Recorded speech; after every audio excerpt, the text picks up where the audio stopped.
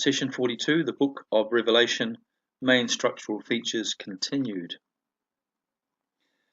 What the churches still have, as they fight to retain errant doctrines, is a spirit of syncretism and error. Now, I'm going to repeat the last few pages of the notes as I begin this session today, so there's going to be a bit of repeated material just to join the two together again. And for those who missed some of it last week, perhaps this will be a chance to catch it up. So there is, so to speak, a worship of Baal or the sun combined with the worship of Christ in the Catholic Church. This greatly restricts the ability of the Holy Spirit to manifest itself in the Church. In the letters to the 7 churches, this spirit of syncretism is symbolically identified as Jezebel, who in her own day was the evil queen of the house of Israel, who led the nation away into the religious system of Baal.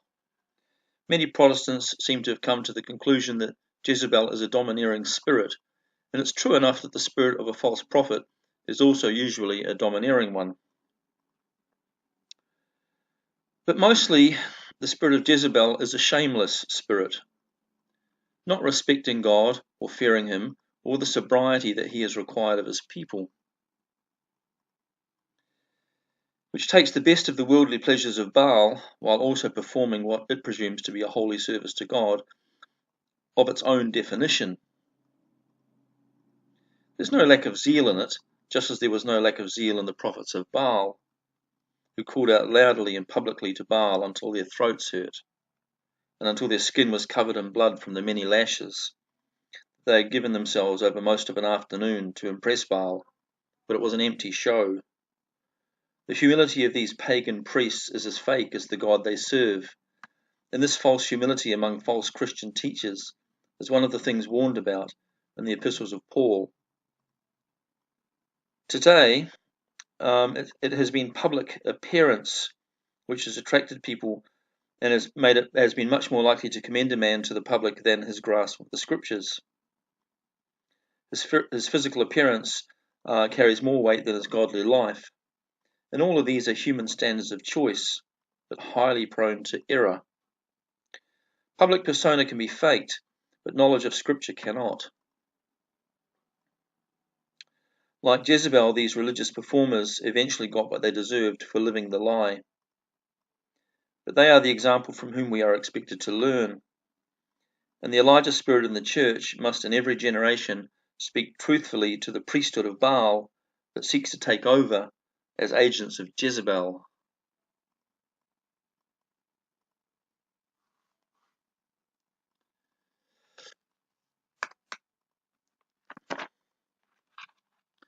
In part, the true church is shackled by a mishmash of doctrines, some of them still very Catholic, that have dulled its understanding and distorted its message.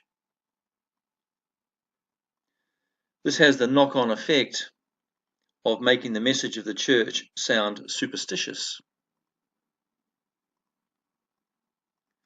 Catholic doctrine and Greek metaphysical influences continue to flavour Christian teaching of the Bible. They move it away from the original Hebrew flavour that it had.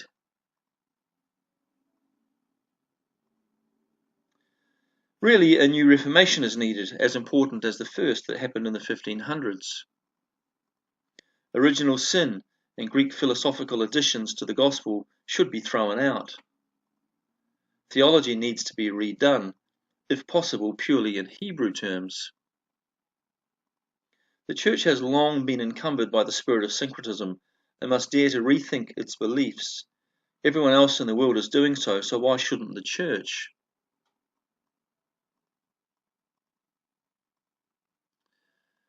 So we assert then that Jezebel represents the spirit of syncretism, which Jesus is criticizing in some of the churches in his letters to the churches at the beginning of the book of Revelation. Jezebel in her own time, in her own history, her own place in the Israelite kingdom, was characterized by the following things. She mixes Canaanite and later also Greek philosophy followed, in Israel's history, but she was the beginning. She mixed Canaanite religion with Hebrew theology. She places the worship of Baal and the worship of Jehovah on an equal footing and alongside each other in the land. But in fact, she even pushes out the worship of Jehovah by making her husband the high priest of the religion of Baal. Her husband is an Israelite who should be knowing better. So if we look at her a bit more closely, she was a Gentile. She was the daughter of Ethbaal. Already the Baal is in the name of her father. He was the king of the Sidonians, which is sort of roughly where modern Syria is. But she was also the wife of King Ahab of Israel, according to 1 Kings 16:31. King Ahab was at fault immediately for allowing her into the position of power, just as Constantine's Rome was for allowing the priests of Pergamum to dictate to him how the now Christian emperor should play his part. And his part was going to be played less as Caesar, but more as a high priest of the new empire. In glaring contrast to all the good women of the Bible, Jezebel went down in history as the worst example of evil, corrupting her husband and a whole nation through him. But has the Catholic Church not similarly corrupted the Christian faith and drawn the whole church into error after herself? Like all the blood subsequently shed in Israel to bring about the demise of Jezebel, Ahab, and the whole system of false worship, rivers of blood were also shed in the Middle Ages as the Reformation struggled to free itself from Rome and to define a new start for the Church. So to summarize, what makes her so evil? Well, as you said, she was a non-Israelite, married to an Israelite king. She promoted rampant idolatry in the land. She committed many atrocious crimes against those who were faithful and obedient to God, such as the prophets. She finally experienced her own gruesome end. But she was, in fact, a fanatical worshipper of the bloodthirsty heathen idol Baal. As Queen of Israel, she used her immense authority to impose Baal worship upon the Israelites in the most ruthless and deadly manner. And King Ahab, who should have stopped her, made very little effort to do anything to hold her back. Indeed, on the contrary, he built a pagan temple for her in the capital city of Samaria, and allowed 450 prophets of Baal, along with 400 prophets of Asherah, to eat at the royal table, 1 Kings 16:32 and 18:19. And we read this in passing, but if you think about the fact that there are 850 people eating at the king's table every day, this was an enormous commitment to the religion. And to keep control of it all, he appointed himself as high priest of the religion.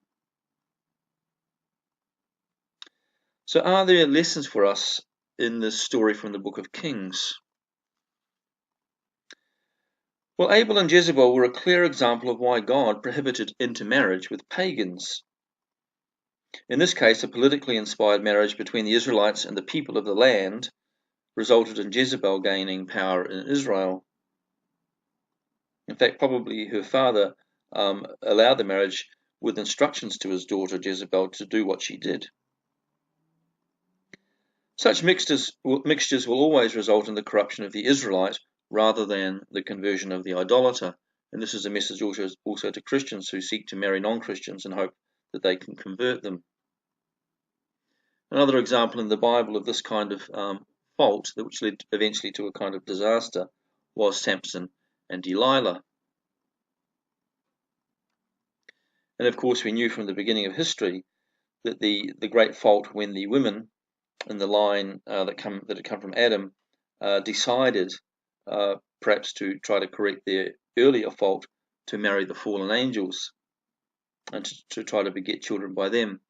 There was a mixture of two kinds of blood, two kinds of seed, two kinds of reality, and the mixture really just didn't work. It ended up in a disaster, and God had to destroy the world. Now let's tackle a third question. The fires into which sinners are thrown were originally reserved for the devil and his angels, according to Jesus. But who exactly are the devil and his angels? The church father Irenaeus came up with what I think is quite a good definition. Following Irenaeus in Against Heresies, Book 4, the devil's angels are all those philosophers and teachers who teach men not to accept the gospel, who in effect herd the masses into the fires of hell, otherwise reserved for the devil and the fallen angels. And now we're going to take a look at what might be included in a Christian context under the heading mixture. We start with the fact that God hates mixture, so it's probably good to figure out how far the definition of mixture really goes. That would be a good Jewish thing to do.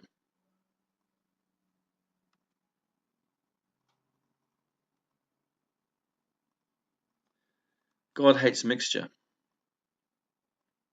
Now the passages we're going to look at are the following: Leviticus 19:19, 1 Thessalonians 2 verses 3 to 5, 2 Peter 2 verse 1, 2 Corinthians 16:14 to 18. We're going to look at the expression the son of perdition in Zechariah 11 verses 12 to 16, which we believe describes the Antichrist.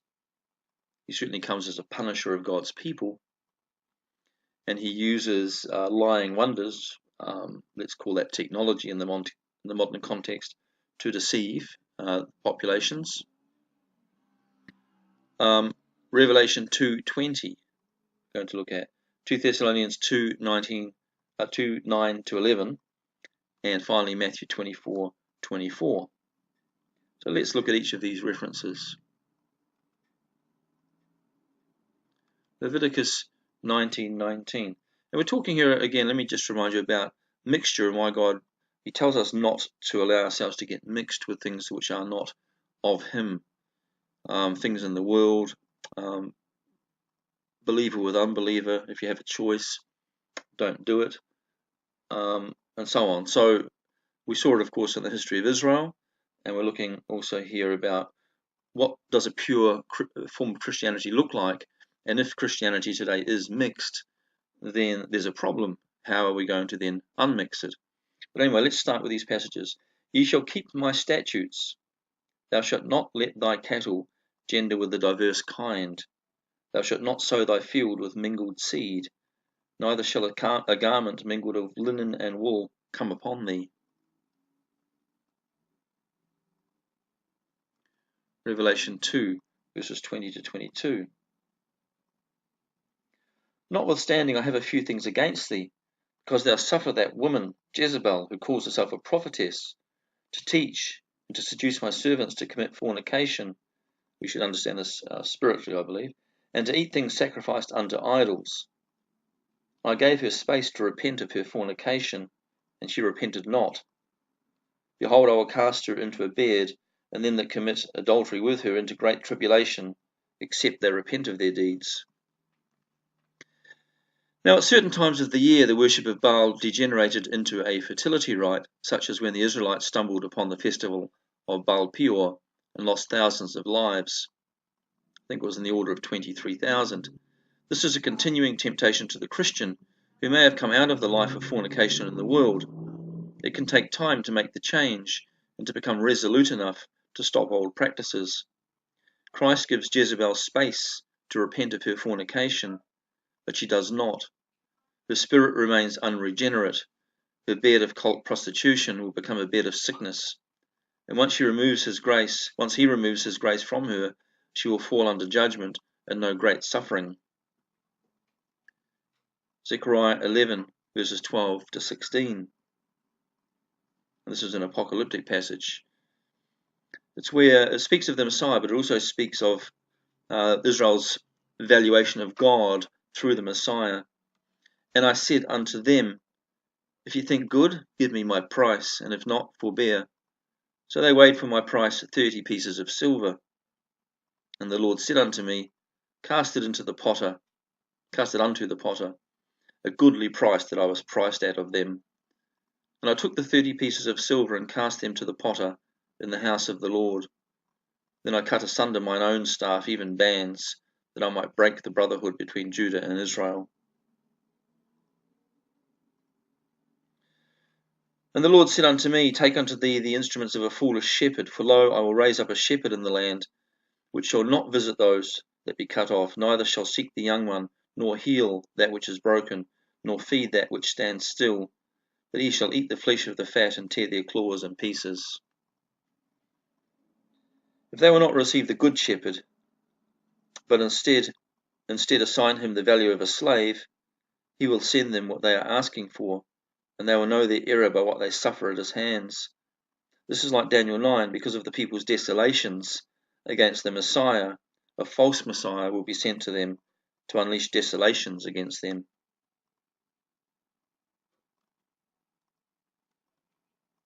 Just let you read that for a moment. That's the passage from Zechariah 11. 2 Corinthians 6 verses 14 to 18. Do not be unequally yoked together with unbelievers. For what fellowship does righteousness have with lawlessness? And what partnership does light have with darkness? And what agreement does Christ have with Belial? Or what part does a believer have with an unbeliever? And what agreement does the temple of God have with idols? For you are the temple of the living God, as God has said, I will dwell in them and walk among them, and I will be their God, and they shall be my people. So when a Christian gets involved with a non-Christian, you have to realize that God is jealous for that relationship with the Christian. He will assist in a way, if a chance is given, to break that relationship if necessary. Don't ask too much for blessing, because God might not be on your side.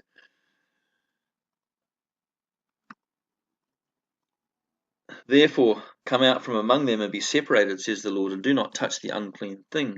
We're still in the Corinthians passage. And I will receive you, and I will be a father to you, and you shall be my sons and daughters, says the Lord God Almighty.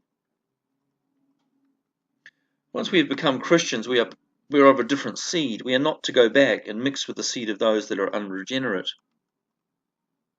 who are now as different from us as night is from the day. When Christians marry Muslims, for instance, it is always a mistake, even if the Muslim is a really nice person. The fault will manifest when the children grow up and the Muslim parent insists that they worship Allah. This happens all too often in Pakistan because the Christian boys are also poor and cannot afford a wife and home. The Muslim boys have the money and enjoy the slightly more open approach to life that a Christian girl has. The flaw in this case is that Christian eldership does not find a way to support the Christian boys so that they can marry the Christian girls. In the last stages, the subjugation of the faith can be quite rapid. When I first went to Pakistan in 2002, the proportion of Christians was said to be about 4%.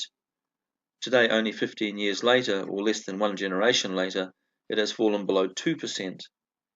In 2017 and 2018, Muslims suddenly started raping and killing Christians and burning down churches. Their true colours are coming out. Marrying with a Muslim is no different to marrying with an atheist. The differences are the same. The error is the same. 1 Thessalonians 2 verses 3 to 5. For our exhortation was not of deceit, nor of uncleanness, nor in guile, which is an old-fashioned word for cunning, but as we were allowed of God to be put in trust with the gospel, even so we speak, not as pleasing men, but God, which trieth our hearts. For neither at any time used we flattering words, as ye know, nor a cloak of covetousness. God is witness. Also ensure there is no mixture in your speech, honest sometimes and less so at others. Always be honest, clear, without ulterior motives. 2 Peter 2:1. But there were false prophets also among the people, even as there shall be false teachers among you, who privily shall bring in damnable heresies, even denying the Lord that bought them, and bring upon themselves swift destruction.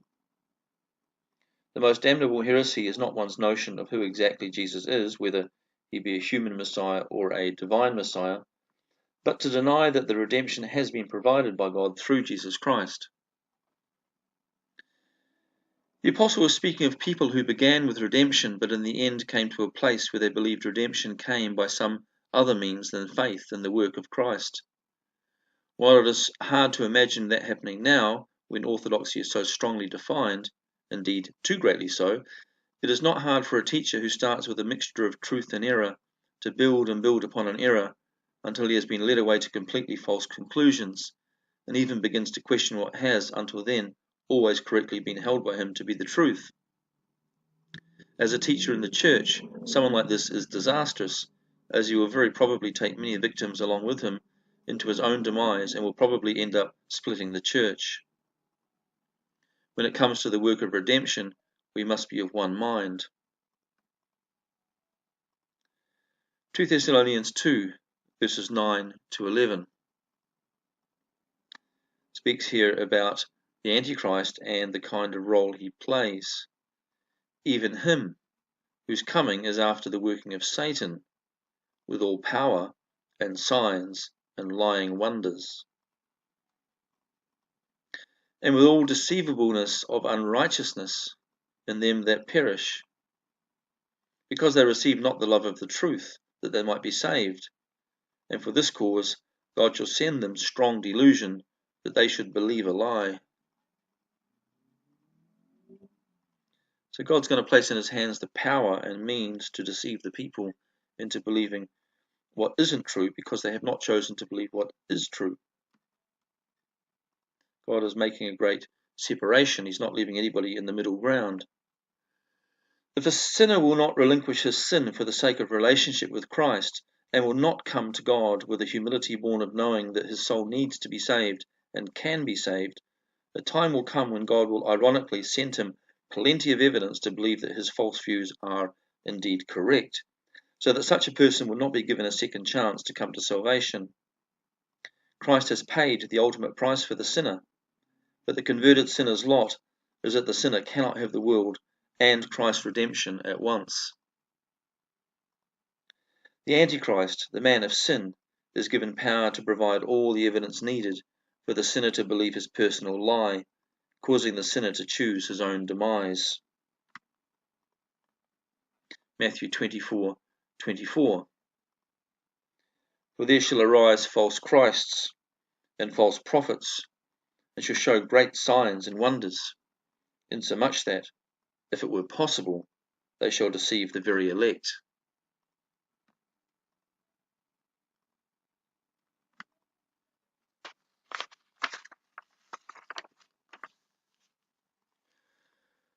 What will be so deceiving about the last days is that men who are openly sinners and immoral will perform good works and pleasing signs that seem to mirror those of the saint.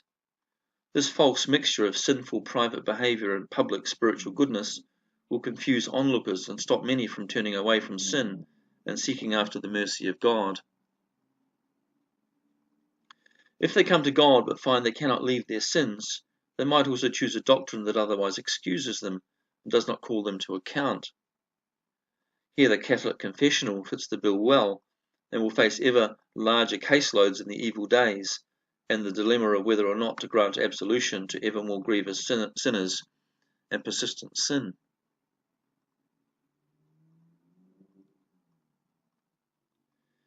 Matthew 15, verse 9. It says here that the ones that will come will teach inventions of men as the precepts of God. The influence of pagan concepts, religious preconceptions, and hearts far from God combine to produce a poor theology of God. You can look up any number of discussions under the search term God hates mixture. The church will be purged and purified as it faces the New World Order and the Antichrist. Evil power is often used to purge error from God's people. Those who can withstand the onslaughts and the deception because of their righteousness and their closeness to God and their knowledge of Scripture, they'll survive it. But those who are weaker, those who are just there for the ride, will become confused and are likely to drift away, thus in fact purifying the church, even if it does reduce the numbers somewhat. What do you think? Will the Catholic Church make it through to the second coming? I guess that depends on whether it can reform so as to join its Protestant brothers without the ulterior motive of takeover. In the meantime, I have to express my belief that this leopard will never change its spots, and its end state will be humiliation under the hand of God, perhaps through the Vatican being conquered by Islam or some other force. But who can tell God what's what? We'll just have to wait and see. It would be nice to think they can truly reform, but I think it's extremely doubtful. I think it's more likely that they'll become worse and that they'll return to the Inquisition. They'll look at Protestants and anything that's non-Catholic as being subhuman and have no qualms at all about eradicating them. They'll be doing the work of the New World Order, in fact. This makes them as evil as all the Satanists as well, who have exactly the same objectives. So just how evil is the Catholic Church? Is it really that bad?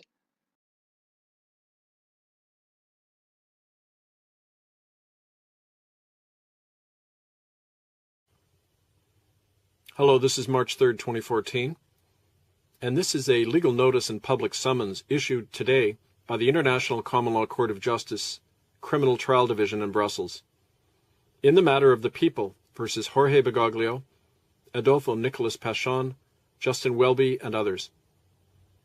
A summons to appear before this court is issued on this day, March 3rd, 2014, to the following persons: Jorge Bergoglio, alias Pope Francis I, Pontiff of the Church of Rome; Adolfo Nicolas Pachon, alias Superior General of the Jesuit Order; Justin Welby, alias Archbishop of Canterbury of the Church of England. Let these persons, their agents, and the world be advised that they, the named parties as flesh and blood men, are hereby publicly charged by the Citizen Prosecutor's Office of the Court with the following offenses: 1. Organizing, aiding, and abetting child rape, torture, and trafficking within their bodies corporate, and inciting and commanding their agents and followers to do the same. 2. Violating the laws of nations and compelling their agents and followers to commit treason within their respective nations. 3. Criminal complicity in the death, rape, torture, and genocide of untold numbers of children. And 4. Criminally conspiring to commit and conceal these offenses and counseling others to do the same. These accused persons, as flesh and blood men, are hereby summoned to appear as primary defendants in a lawsuit addressing their responsibility for these crimes to be adjudicated by the court, commencing at its opening examination hearing on March 31st, 2014, in the city of Brussels. These defendants are advised that they or their legal representatives must appear at this hearing or give just cause in writing within 10 days of this date as to why they are unable or unwilling to attend. The defendants are further advised that their failure to respond to this summons or to challenge these charges made against them will be interpreted by the court as a tacit admission of guilt by them and will constitute a plea of nolo contendere, or non-contested declaration, and will be entered into the court record as such. This public summons is issued by the Office of the Presiding Magistrates of the Criminal Trial Division of the Court on the 3rd day of March in the year 2014 in the city of Brussels. The defendants are hereby publicly served.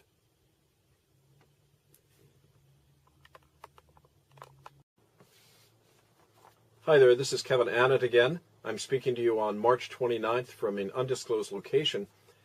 Now, I have an important update from the Common Law Court of Justice in Brussels concerning the case to be launched soon against Pope Francis, the Archbishop of Canterbury, and the head of the Jesuits for their involvement in not only global child trafficking, but the actual murder and torture of children, which we've documented thoroughly. The case was to commence March 31st in Brussels, but prior to that, when I was in New York City this last week, we received notification from a very highly placed source in the Vatican that a disruption team, a black ops team in effect, was dispatched by the Vatican this last week against the work of the court. Now, this team was in the employ and is in the employ of what's called the Holy Alliance, which is the Jesuit-run spying and assassination agency of the Vatican that has operated historically to attack any opponent of the Pope. This team is now in Brussels attempting to disrupt and destroy the work of the common law court in this case, obviously because it's revealing something the Church doesn't want revealed.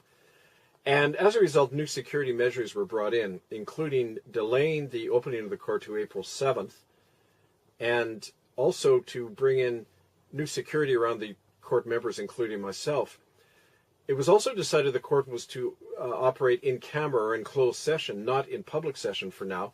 But to compensate for that fact, the court established a new information agency attached to the prosecutor's office. And that agency has released an information in the first bulletin dated today, Saturday, March 29th. Now, I won't read out all of this bulletin. It's contained in an attached email, which will be posted at itccs.org. But it's very important because it shows that the sacrificial cult that we've documented, known as the Ninth Circle, which involves high-placed cardinals and officials in the Church, including former Pope Benedict and others, that this Ninth Circle sacrificial cult did in fact operate at the Mohawk Indian Residential School in Brantford, Ontario, where actually our tribunal did commence excavations at a mass grave of the students at the school. This Ninth Circle cult involves the Jesuits and other officials of church and state. I urge you to read through the bulletin. It has very startling information which confirms what we already knew about the demonic nature of the church's operation of these Indian boarding schools, but how these rituals occurred in many other facilities, Catholic facilities around the world. Now, it's also clear that the primary defendants, Jorge Bergoglio, Justin Welby, and Adolfo Pichon, have been conspiring ever since this information came out to shut down the work of the tribunal, our court, and myself, Kevin Annett. This misinformation campaign continues, but we urge you to read the attached documentation and report at itccs.org from the information agency office of the citizen prosecutor in Brussels. Now, I will be returning to Europe in mid-April to assist the work of the court and the Public Information Agency. And we urge you until then to stay tuned for the weekly updated bulletins showing the information that is being introduced in court by the prosecution commencing April 7th. And stay tuned, of course, at itccs.org for more information. I thank you. We're very privileged today to be with Kevin Annett, who is the acting secretary of the International Tribunal into Crimes of Church and State, who's coming to us from Spain. Welcome, Kevin. Thanks, Alfred. It's good to be talking to you. Now, if you go to the itccs.org site, you'll see over the last number of weeks some tremendous things have been happening. First of all, in Brussels, on April 7th, the Second Common Law Court of Justice session convened. The first one, if you recall, the one that convicted Joseph Ratzinger and Queen Elizabeth for crimes against humanity in Canada, the genocide of Indigenous people there. That led into the second case having to do with global child trafficking. The chief defendants being Jorge Bergoglio, President Pope Francis, Adolfo Pichon, the head of the Jesuits, and Justin Welby, the Archbishop of Canterbury in England. Now, the case began on April 7th with the prosecution opening its arguments, and there have been 3 bulletins so far from the Public Information Office of the prosecutor, because the court has had to operate under conditions of secrecy and confidentiality because of threats being made to them, and also from information we were given from Rome, from sources there, an attempt to shut down the court issued by the Vatican intelligence agencies, whatever you want to call them, and in response to that, the court decided that it was important to put out weekly bulletins summarizing some of the evidence that was being put forward by the prosecution. Now, I've been working in Europe, in Holland, in France, and in Spain with the witnesses to, in this case of global child trafficking. Things I've been hearing just completely blew my mind. These eyewitnesses, for example, who sat in on meetings with Jorge Bergoglio planning the child trafficking of political prisoners the children of those prisoners in Argentina during the Dirty Wars.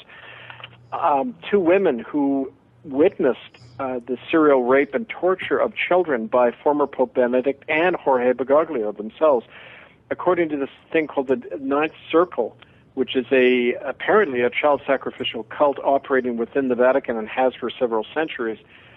And other information related to how this global child trafficking is continuing very much through the Catholic Church and its various agencies. And so it's been not only an amazing time for this stuff to come out, but in response, we've had an increasing number of people come forward. Here in Spain, I've been meeting with two different groups who have been leading a campaign here on behalf of the over 300,000 people who, as children, were trafficked by the Catholic Church here in Spain, where literally the children were stolen by priests and nuns. Their parents were told they had died, and then they were trafficked for between $60,000 and $80,000 each. We estimate the Vatican made over $20 billion over the last 50 years here in Spain alone through this illegal child trafficking. How are the witnesses bringing their statements? Now, you're traveling and finding more information. Where is the conversations or the record of these witnesses going to be posted? The actual final statements and everything is going to be similar to the format we had in the first case in genocide in Canada. If people remember, if you go to itccs.org, you can see all of the evidence from the prosecution's case, 150 exhibits. These are eyewitness testimonies, videotape statements, documents, signed affidavits, and other evidence that was all posted online. We're going to have a whole package of that at the end. But the thing to realize about this case is it's so much bigger, if you can believe it. I mean, genocide in Canada is a pretty huge issue, but this is global. It's centuries old, and we're getting so much evidence coming in that, frankly, we don't have the staff or the means to really bring it all together at this point. We're trying to do the best we can, but right now the little staff that is being used in Brussels and at other locations, they are compiling the evidence as the prosecution presents it. But eventually it's going to come out. I would say it might even take up to a year to get all of this stuff presented. That is no accident that he's parading children in front of him like that, because according to not just eyewitnesses who were at these ritual cult murders of children who saw Bergoglio there, but actual material that's being submitted to the court in Brussels now. This was from a source within the Vatican, from the Jesuit archives, released material that refers to something called the magisterial privilege. Magisterium refers to, of course, the cardinal. It refers to, it's another name for the curia, or the College of Cardinals. Basically, this magisterial privilege, according to documents, is that every pope was be expected, as part of his initiation, to be engaged in these child sacrificial cults, which involve the ritual slaying of newborn children or young children and drinking of their blood, because it invokes a certain spiritual power and control over the human race to do this, according to their sick thinking. And this is something that Bergoglio himself was involved in, according to these two women who witnessed it. Now, when it's kind of like he's sending a message to everybody. We're not accountable to anybody. We're going to keep doing these crimes, and yet to the public it seems, oh, isn't that nice? He's with these kids, and it's that full grandfather image. So it's that two-faced thing we're talking about. What is this new alliance between Israel and kind of the Zionists and the Vatican and the Pope, who's sort of the major dark forces figure? Well, on one level, we know that the whole Rothschild connection to the Vatican Bank is very real. When there was a period when the papacy apparently banished the Jesuits. They disestablished the Jesuits for a few years. The Jesuits simply went underground and established the Illuminati. That was around 1773. And Jacob Rothschild, or the Rothschild lineage, they were very involved in that. that whole process. When Mussolini created the Vatican Bank, there was not only over 1 billion lira were put into the Vatican Bank by the Mussolini, the fascist government, but from the Rothschild banking interest as well. We also know this new global alliance forming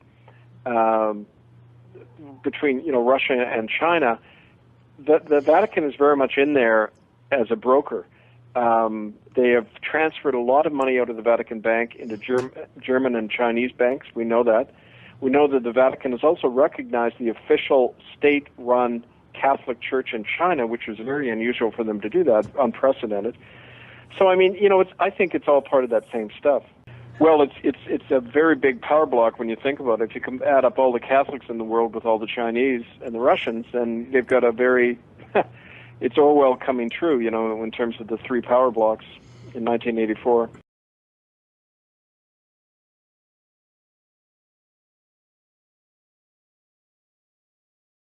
I grew up in that Roman Catholic home as a child, knowing only the catechism, knowing only the teaching of the Roman Catholic Church.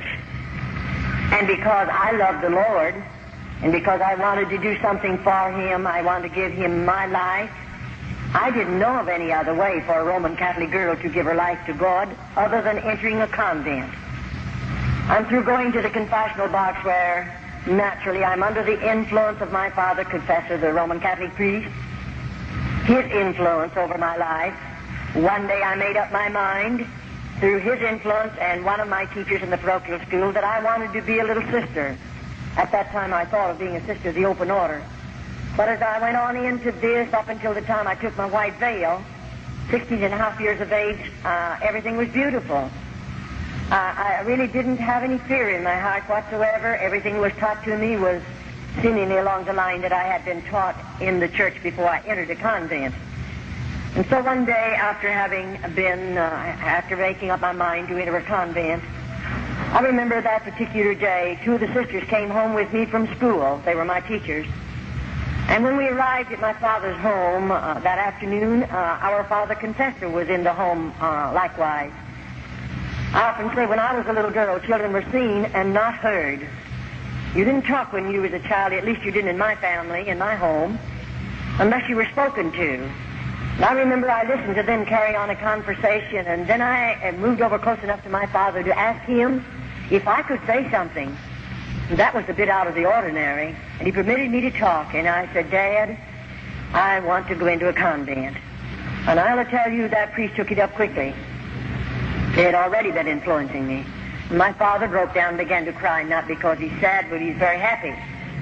My mother came over and took me in her arms, and she too wept tears. She was very happy.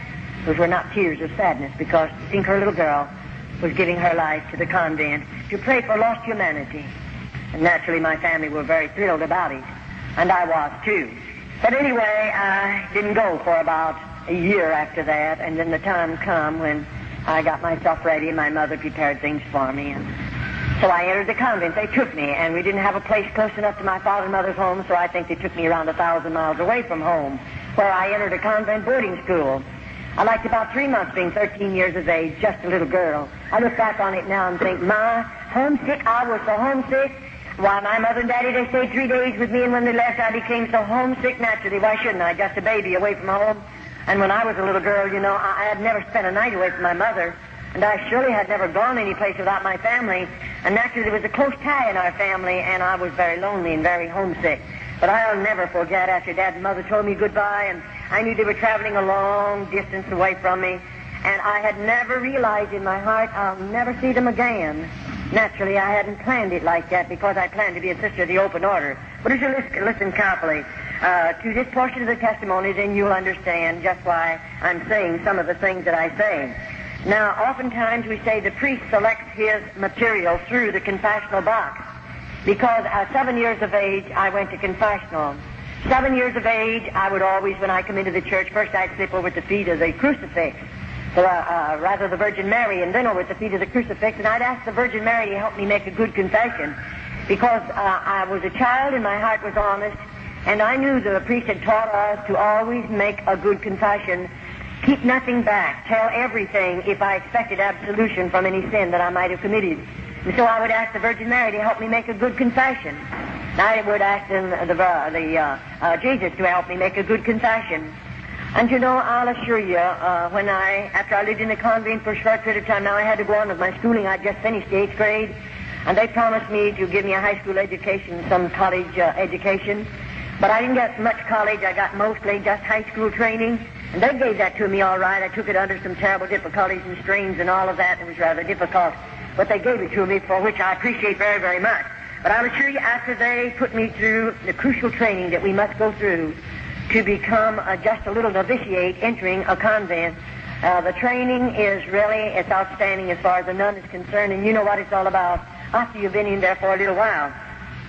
So now I've entered the convent, and for just a few minutes we want to tell you just a little bit how we live, what we eat, how we sleep. If I take you into the convent and tell you those things, you'll understand a little bit more about my testimony.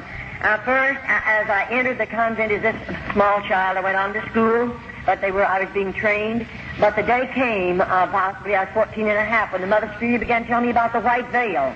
And I didn't know too much about it, but taking the white veil, they told me that I would become the spouse or the bride of Jesus Christ. There would be a ceremony, and I would be dressed in a wedding garment. And on this particular morning, they told me at 9 o'clock, they would dress me up in a wedding garment. Now, you're wondering where that come from and how they get the wedding clothes for the little nuns? The Mother Superior sits down and writes a letter to my father and tells him how much money she wants. And then whatever she asks, my father sends it, and the little buying sister, goes out and buys the material, and the wedding gown is made by the nuns of the cloister. I'm still open order now. And not that they wouldn't use maybe a third of that for the wedding garment, but they would keep the rest of it. My father would never know the difference, neither did I, until I lived in the convent for a period of time, and I had to make some of the wedding clothes, and then I knew the value of them and what they cost, and I knew of the money that came in because I was one of the older nuns. Well, all right, the time came, of course, when I walked down that aisle and I was dressed in a wedding garment. Now, you know, in the convent, I used to walk the 14 stations of the cross, the 14 steps that Jesus carried across the Calvary. But after I had made up my mind to take the white veil, never again did I walk. I wanted to be worthy. I wanted to be holy enough to become the spouse of the bride of Jesus Christ. And so I would get out on my knees and crawl the 14 stations, quite a distance. But I crawled them every Friday morning. I felt it would make me holy. I felt it would draw me closer to God. It would make me worthy of the step that I was going to take, and that's what I wanted more than anything in the world.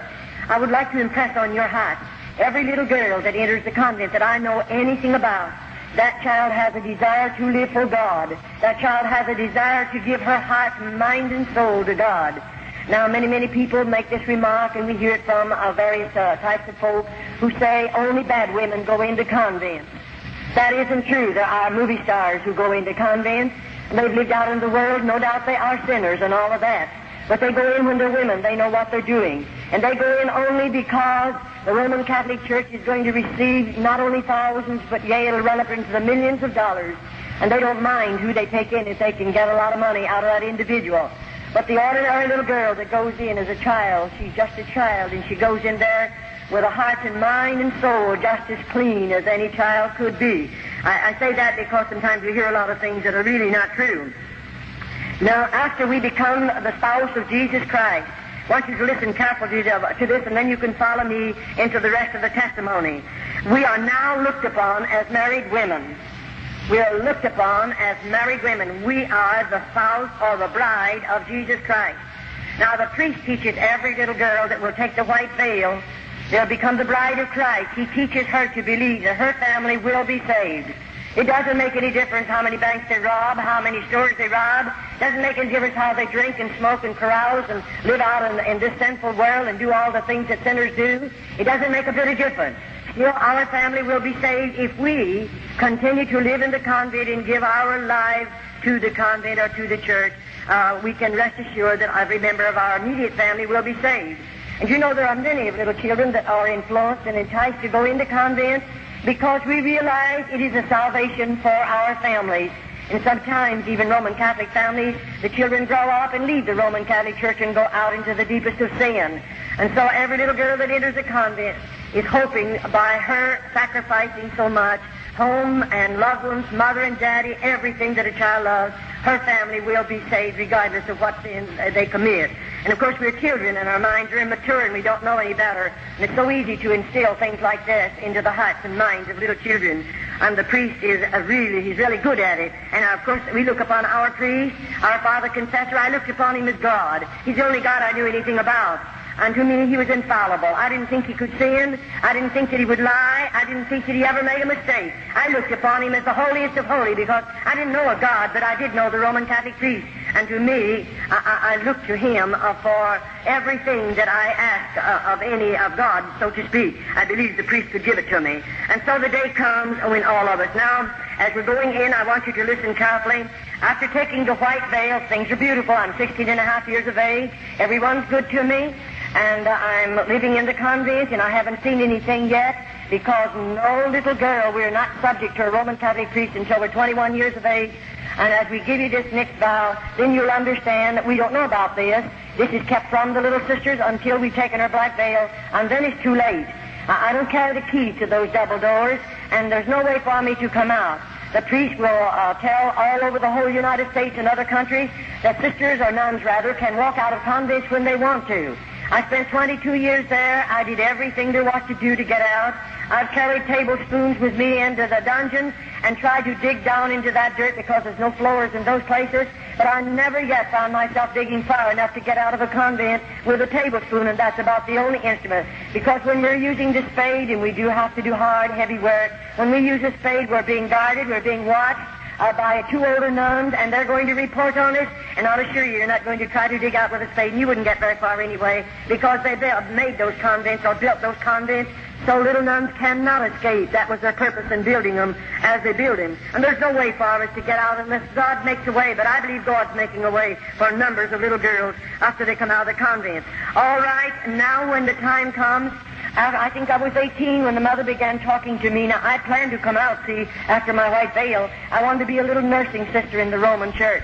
But the Mother Superior, I suppose she was watching my life. I suppose she realized I had much endurance. I had a strong body. And I believe the woman was watching me because one day she asked me to come into her office and she began to tell me, Charlotte, you have a strong body. And she said, I believe you have the possibilities of making a good nun, a cloister nun. I believe you're the type that would be willing to give up home, give up mother and daddy, give up everything you love out in the world, so to speak, and hide yourself away behind convent doors. Because I believe you're the kind who would hide back there and be willing to sacrifice and live in crucial poverty that you might pray for lost humanity. She said, I believe you're the kind to be willing to suffer because we are taught to believe as nuns that as we suffer, our loved ones and your loved ones that are already in a priest's purgatory will be delivered from purgatory sooner because of our suffering. She knew I was willing to suffer. I didn't murmur. I didn't complain. She knew all of that, and she's watching my life, and that's the reason she began to tell me about the black veil. And then, of course, I didn't know too much about a cloistered nun. I didn't know their lives. I didn't know how they live. I didn't know what they'd done. But, this woman proceeded to tell me. Now, I hear a lot of people try to tell me in the various places that we travel and go. I hear a lot of Roman Catholics try to tell me I've been in so many cloisters. I know all about them. But a Roman Catholic can lie to you, and they don't have to go to confession and tell the priest about the lie that they told because they're lying to protect their faith. They can tell any lie they want to protect their faith and never go to the confessional box and tell the priest about it. They can do more than that. They can steal up to $40, and they don't have to tell the priest about it. They don't have to say one word about it in the confessional box. They're taught that. Every Roman Catholic knows it, and every Roman Catholic, you'd be horrified to know how many of them steal up to that amount. And many of them lie. We've dealt with them. I've dealt with hundreds and hundreds of them. I've seen a good many of them fall into the altar and cry out to God to save them. And before they're saved, they look into my face and hold my hand and lie to me. But after God gets a hold of their heart, then they want to make right what they've told me because they realize they've lied about it. But as long as they're Roman Catholic, they're permitted to lie, and it's the saddest thing, and you can't expect them to know God because God does not condone sin. I don't care who you are, but I don't believe God condones sin, and I don't believe He's going to condone it in the Roman Catholic people, even though they're being misled and they're being blinded and led in the ways that's going to lead them into a devil's hell. I believe that with all of my heart because I I've lived in a convent and know something about how those people live and what they do. Now the day comes. She told me, Charlotte, you'll have to be willing to spill your blood as Jesus shed his upon Calvary. She said you'll have to be willing to do penance, heavy penance. She said you'll have to be willing to live in crucial poverty. Now already I'm living in a bit of poverty, but I thought that was going to make me holier and draw me closer to God, and it would make me a better nun, and so I'm willing to live in that poverty. And then on this particular morning, she told me what I would be wearing. She said you'll spend 9 hours in a casket, and she explained a number of things to me. That's the most I knew about it, and I didn't find that out until I'd taken my white veil. And so on this particular morning, I'm 21 years of age, but 60 days previous to my being 21 years of age, I'm going to sign some papers that they placed in front of me, and those papers are this. I'm going to sign away every bit of inheritance that I might have received from my family after their death. Of course, I signed that over to the Roman Catholic Church. And oftentimes, I say the Roman Catholic priests are enticing girls, not only their background, and not only their strong bodies, their strong minds and strong wills, but he's enticing girls where mothers and fathers have much property, and they are comfortably fixed to the material things of this life. Why? Because when that child enters the convent, they're going to get a portion of her money, of her father's money. And I often say, even salvation in the Roman Catholic Church is going to cost you plenty of money, more than you know anything about. And so they don't mind commercializing off of that child and the inheritance that would have come to her. And so on this particular morning, I told the Mother Spirit, give me a little while to think it over. She didn't make me do it. No one did. But I thought it over for a couple of years. And then one day I told her, I think I'm going to hide away behind the convent doors because I believed I could give more time to God. I could pray more. I maybe would be in a position where I could inflict more pain upon my body, because we are taught to believe that God smiles down out of heaven as we do penance, whatever the suffering might be. And I didn't know any better, because I often say, if you could only look into the hearts of little nuns, if you are a Christian, you would immediately cry out before God in behalf of those little girls, because to me we are heathens. It doesn't make any difference the amount of education we may have. We are still heathens. We know nothing about this lovely Christ, nothing about the plan of salvation, and we're living as hermits in the convent. And so on this particular morning, I come walking down an aisle again, similar to that. And may I say, the morning before, I can't go into it too deep because I never would be able to cover enough of it so you could understand it. But this morning, I'm walking down that aisle, but I don't have a wedding garment on. I have a funeral shroud. It's made of dark red velvet, and it's way down to the floor. And I'm walking down that aisle. Now, I know what I'm going to do. The casket is all ready made by the nuns of the cloister, very rough boards, and it's sitting right out here. And I know when I come down there that I'll step in that casket and lay my body down, and I'm going to spend 9 hours in there. And 2 little nuns will come and cover me up with a heavy black cloth we call a heavy draped mortel. And you know, it's so heavily incensed that I feel like I'll smother to death. And I have to stay there. Now I know when I come out of that casket, I'll never leave the convent again. I know I'll never see my mother and father again. I'll never go home again. I'll always live behind convent doors, and when I die, my body will be buried there. They told me that, so I knew it even before I done it. It's a great price to pay, and then to find out that convents are not religious orders as we were taught and as we were trained. It's quite a disappointment to a young girl that's given her life to God and willing to give up so much and sacrifice so much. I'll assure you it was a disappointment. And so after I spent those nights, you say, what'd you do while you lay in that casket? What do you think I did? I spilled every tear in my body. I remembered every lovely thing my mother done for me. I remembered her voice. I remembered the gathering around the table. I remember the times when she would pray with us.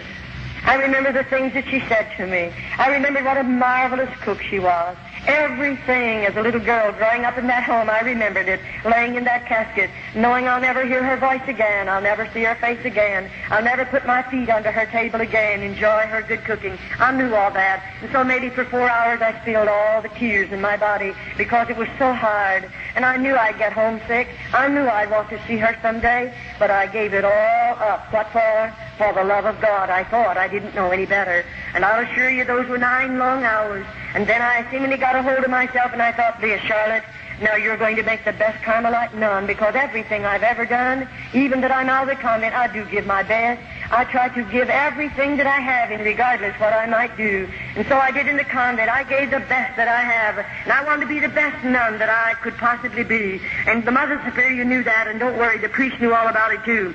Now I realize After I walk out of that casket or to come out of it, they're going to take me like this. Over here and right back here is a room. We call it the Mother Superior's room. Now, I've never been in that particular room, so I don't know what she has in there.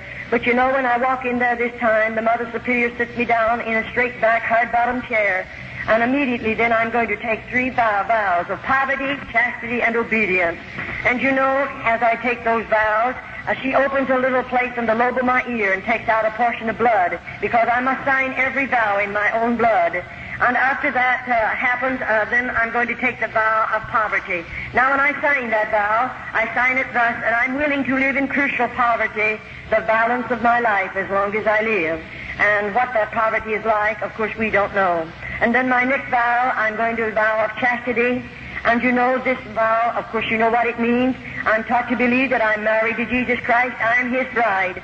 I'll always remain a virgin. I'll never legally marry again in this world, because I have become the spouse of the bride of Jesus Christ. After the bishop married me to Christ, he placed a ring on my finger, and that meant I'm sealed to Christ. I'm married to Him, and I accepted it because I didn't know any better. And now here I am, taking a vow that I would always remain a virgin because I'm the bride of Christ. And I want you to listen carefully. And then, of course, my last vow of obedience. Now, when we signed that vow, I'll assure you already, I know what obedience means. I'm living in a convent, and there they demand absolute obedience. You don't get by with anything, not even for 2 minutes. I mean, you don't get by with it. You have to realize what obedience means, and they demand it, and you learn to know it, and you're much wiser the more quickly you learn it, and you obey it, and you give them absolute obedience. All right, now, what does it mean to assign vows like this? Let me tell you this. It means more than you folk will ever know, because most people that I know anything about, they know very little about obedience. Oh, in a sense, yes, but you'll never know what a little nun knows about obedience. I'll assure you that one thing, unless you live in the convent. All right, that particular vow, when I signed it into my own blood, it done something to me, because after I've signed those vows, do you realize that I've signed away everything I have, my human rights? I have become a mechanical human being now. I can't sit down until they tell me to. I don't dare to get up until they tell me to. I can't lie down until they tell me to, and neither do I dare to get up. I cannot eat until they tell me to. And what I see, I don't see. What I hear, I don't hear. What I feel, I don't feel. I've become a mechanical human being, but you're not aware of that until you have signed all these vows. Then you realize, here I am, a mechanical human being, and of course I belong to Rome now. I'll assure you that right now. All right, we become, after this particular vows, we become forgotten women of the convent. In just a short while, you'll understand what I'm talking about. Now, immediately after I've taken those vows, then the Mother Superior is going to take away from me my name, and give me the name of a patron saint. And she teaches me to believe that whatever happens to me in the convent, I can pray to that patron saint, and she will intercede and get my prayers through to God, because I'm not holy enough to stand in the presence of God. It isn't wonder the dear little nuns can never get close enough to God. We've always been taught that we'll never be holy enough to stand in His presence, and we always have to go through somebody else in order to get a prayer through to God. And we believe it because we don't know any better. And so now all identification of who Charlotte was is going to be put away. It'll be taken away from me. And if you knew me and would come to the convent and call for my family name, they'd tell you there isn't such a person as that. I don't exist, even though I'm right there, because I'm writing under another name. Now the Mother Superior is going to cut every bit of hair off of my head, and when she cuts it with a scissors, she puts the clippers on it. And I mean, there's nothing left. I just don't have one speck of hair left on my head. And of course, if you could be a nun, you would understand the heavy headgear that we have to wear. It would be so cumbersome to have hair, and so cumbersome to take care of it. We don't have any ways of taking care of it in the convent. There are no combs in the convent, and so you can imagine how hard it would be for us to take care of a head of hair. It's not necessary that we have a comb after they finish with us.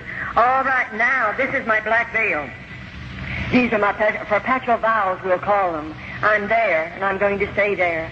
Now, you know, up until this time, I received a letter once a month from my family, and I wrote a letter out of the convent once a month to my family. Even though when I'd write that letter, I'd no doubt they marked out a lot of it, because when I would receive a letter from my family, there was so much of it blacked out until there was no sense to the letter. And oh, I'd weep over those black marks. I was wondering what my mother was trying to say to me. Don't worry, you'll never get to know what she wanted to say to you, because they have blacked it out. And so it'll break your heart many, many times, and you're lonely anyway, because You have no friends in the convent. I'll assure you, even though there was 180 on my particular wing, not one of those nuns were my friend, and neither was I friend to them, because we are not allowed to be friends in the convent. We are all policemen or detectives watching each other. That's so we'll tell. And the little nun that finds something to tell on the other nuns, she stands in good favor with the Mother Superior. And then the Mother teaches that nun to believe. When she stands in good favor with the Mother Superior, she's standing in good favor with God. And so that little nun, of course, will want that, and she'll tell a lot of things maybe that are not even true on the other little nun. All right. Now, after all of this has transpired and all of this has happened, everything I have is gone. I've sold my soul for a mess of theological pottage. Because not only are we destroyed in our bodies, many of us in our minds, and many of us, if we die in the convent, we've lost our soul. And so it's a serious thing.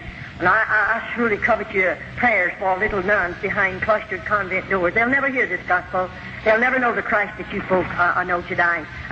They'll never pray to him as you people pray to him. They'll never feel his blessings as you people feel them. And so put them on your heart and pray for them. They surely need much prayer. All right, now, as I walk into that room and all of this is transpiring, now bless your hearts, I don't know what's going to be in the next room. After this has transpired and I've taken the vows that I will always remain a virgin, I'll never legally marry in this world because I'm the spouse of Christ. And then after this, the Mother Superior leads me out into another room, or rather she opens the door, and I'm to be sent into that room. And when I walk out in that room, I see something I have never seen before. I see a Roman Catholic priest dressed in a holy habit, and he walks over to me and locks his arm in my arm, which he had never done in the first part of my convent life. I never had a priest to insult me in any way. I never had one of them to be even unkind to me in the first part of my convent experience. But here he is now, and of course I didn't understand what it was all about. And I didn't know what in the world the man really expected of me. And you know, I pulled from him because I felt highly insulted. And I pulled from him and I said, "Shame on you." And it made him very angry for a minute. And he said, immediately, the Mother Superior must have heard my voice because she came out immediately. And she said, "Oh," and they called me by my church name. She said, "After you've been in the convent a little while, you won't feel this way. The rest of us felt the same way you do. And you know, the priest's body is sanctified. And therefore, it is not a sin for us to give the priest our bodies." In other words, they teach every little nun this.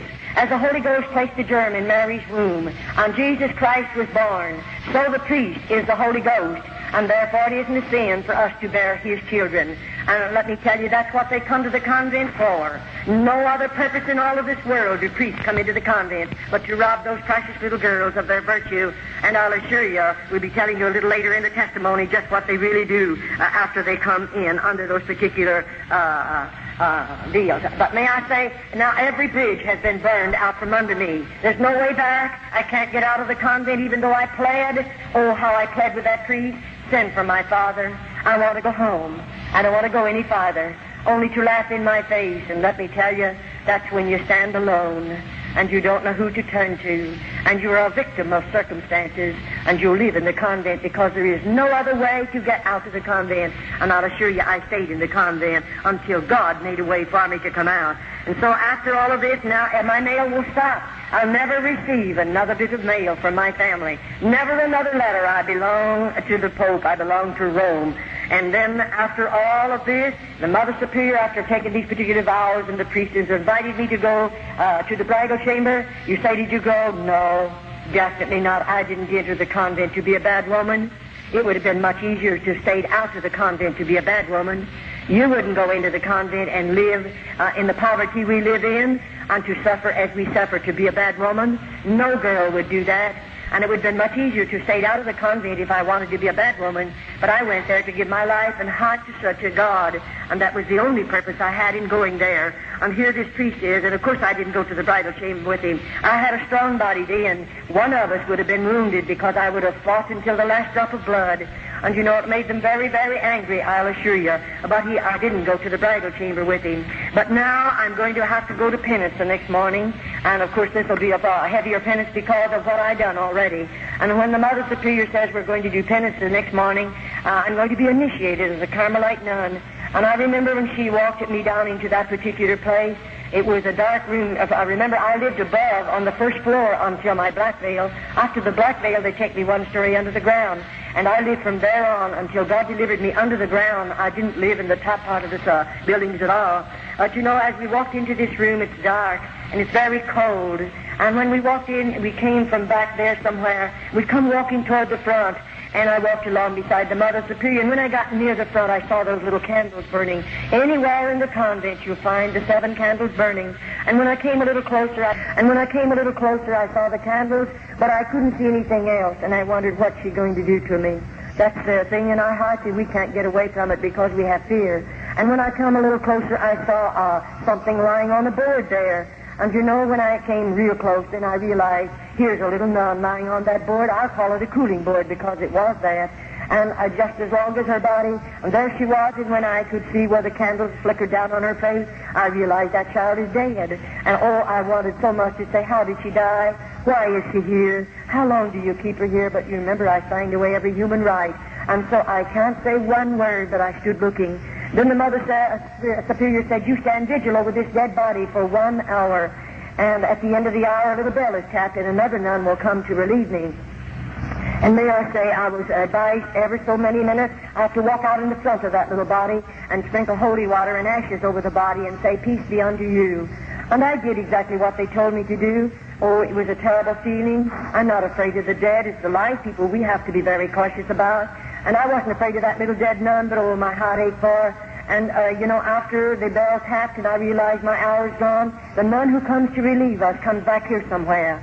And she, of course, we walk on our tiptoes. No noise is made in the convent. And when they don't speak, they just touch you. And, of course, my being down there with that little dead nun, and I was full of fear. When that girl laid a hand on my shoulder, I let out a scream, a horrible scream, from fear, just fear. And, you know, I didn't mean to do it. I didn't break that rule on purpose, but I was scared. And immediately, of course, I had to come before the Mother Superior. And that's when I first learned to know, one of the first times, about a dungeon. They didn't tell me there were dungeons in the convent. And she put me in such a dirty, dark place with no floor in it for 3 days and nights, and I didn't get any food and any water. And I'll assure you, I didn't scream anymore. I tried so hard not to break the rules of screaming, because there is a dungeon, and I know they'll put you in it. And let me tell you right now, it's not a nice place to be. After you've been in one of those places, you'll know what it feels like. All right now, I say this before I go any farther, that popery is a masterpiece of Satan. I said it's a masterpiece of Satan, with its lying wonders and its traditions and its deception. It's a terrible thing when you know about it. And so as I come down into this room, and she took me, let me look at this little girl, and that particular, if we call it a pinch, is over. Now, the very next morning, she said again to me, Charlotte, you're going to do penance. Not the next morning, it was 3 days after, because I spent 3 days and nights in the dungeon. The next, next morning, whichever it was, she said, you're going to do penance. She took me down into another room, not the same room. And when we come walking down this time, I could see that big piece of wood, but I didn't know what it was. And when I came a little closer, there was a cross. It was made of heavy timber. I might say it was maybe 8 or 10 feet high, very heavy. And that cross was sitting on an incline like that. And she had me walk over here at the base of the cross, and she said, now strip your clothes off. And I took my clothes off. And then she made me down to my waistline. Then she made me drape my body over the foot of that cross. And she pulled my hands underneath and bound them to my feet. And then, you know, that's where I'm going to spill my blood. And she had not told me how, and neither could I ask how I would spill it. And she gave 2 little nuns that came with her a flagellation whip. It's, I might call it a bamboo pole. It's about this long. It's about that big around. And it has 6 straps on it about this long. And on the end of either of those straps is a cross piece of sharp metal. And those little nuns either was given one of these whips. And they stood on either side of the cross. Now, at the same time, those girls began whipping my body. And I mean, when that metal hit my body, it would break the hide, of course. It would cut into the flesh, and I spilled blood, and it was running down to the floor. That's my flagellation whipping. That is where I spill my blood, as Jesus shed his upon Calvary. And, of course, I'm human. It wounded. It hurt. It was very painful. After the whipping is over, they don't bathe my body. They put my clothing back up on my body, and I have to go the rest of the day. When the night comes and I stand in front of my cell there, after we have to stand there to undress with our backs to each other, and then when I went in, oh, I couldn't sleep that night. I just wasn't a bit sleepy because I couldn't take off all my clothes. They had dried in those wounds, and it was terrible. I didn't take them off for several nights. And I'll assure you, when I came before my food, I didn't want my cup of black coffee. In the morning, we got a cup of black coffee to serve at the tin cup, and we could have no milk or no sugar of any type in it. And we have one slice of bread. That's made by the nuns of the cloister. They weigh it. It weighs 4 ounces. That's all I get for breakfast. And then, of course, in the evening, I get a bowl of soup, and that's fresh vegetables cooked together. There's no seasoning in the soup whatsoever. And a half a slice of bread, and 3 times a week they give me a half a glass of skim milk. That consists of my food 365 days in the year. And I began losing weight very rapidly, I'll assure you, because I didn't have enough food to eat. I don't know the day that I went to bed without a hungry stomach. Sometimes it would be so hungry I couldn't sleep. The pain was gnawing. You can't hardly stand it. And you know you're only going to get that one slice of bread the next morning. That doesn't fill you up. And of course we have to work hard all day long. And I'll assure you, those little nuns, as I covet your prayers for them, they need your prayers in more ways than one, because you'll go to bed with a full stomach tonight. And you're very comfortable right now, but I'll assure you there's not one of them that's comfortable. They're hungry, and they're sick, and they're wounded, and they're hurt, and they're heartsick and homesick, and discouraged, and worst of all, seemingly they have no hope. No hope. You and I are looking forward to the day when we're going to see Jesus. They have no hope whatsoever. And I surely hope you don't forget to pray for them. All right, that was terrible, I'll assure you. And then in a few mornings after this, the Mother Spirit's taking me back for another initiation. And when I go into the penance chamber this morning, we come from a place up here, and we're going to walk back along the, like that, clear to the back. And you know, it was quite a ways back there, and I went through part of it's a tunnel, and then I come out into a room, and I walk through that room, and when I get way back there, I see those candles burning, and I see something else. There's ropes hanging down from the ceiling, and oh, I'm so scared. I wonder what the ropes are for, and what's she going to do? After these 2 penances, you began to have a lot of fear in your heart. And so I can't say anything, and I walk back there, and you know, I saw the ropes then real plain, what they're doing hanging down from that ceiling. Then she tells me, you were over there against the wall, about that close from the wall, and I have to stand sideways like this. And she asked me to put up both of my thumbs, and I did. And then she pulled one rope down, and there's a metal band fastened securely, and she fastens that around the joint of my thumb. Then the other one comes down and it fastens around this thumb. And there I'm standing like this, facing the wall. And then, you know, she comes over here to the end, and there's whatever you want to call it, she starts winding. And I start moving, and she's taking me right up in the air. And, you know, when she gets me so just my toes are on the floor, just on my tiptoes, she fastens it. And there I hang, and all the weight of my body is on my thumbs and on my toes. Not a word is said. No one speaks a word. And she walks out of that room and locks the door. If you know what it means for a key locking a door, and know that I'm strung up there like that, you'll never know unless you're a nun. And when that woman walked out, I didn't know how long I'll stay there. How long that woman will leave me there. And you know, they didn't come to give me food. They brought me no water. And I thought, is this it? Am I going to die back here just like this? And within a few hours, you can imagine, I'm still a human being. My muscles began to scream out with the pain. I was suffering. And that woman let me hang. Nobody come near. And what good would it do for me to cry? You can spill every tear in your body. Nobody will hear you. There's no one there to care how many tears you spill. And so I just hung there. And finally, I began to seemingly, I felt like I couldn't stand it. I'll surely die if they don't come and get me quickly. And I felt as if I was beginning to swell. I don't know how long went by, and she opened the door one morning, and she had something for me to eat. And the water was in a pan, and it was potatoes, and those potatoes were not good to eat. They were in a pan. And there's a shelf over there on the wall that she can adjust to the height of the nun. And, you know, she pulls it up. Now, I'm not against the wall. I'm about this far from it. But to get that food, she puts it there and said, this is your food. And she walks out.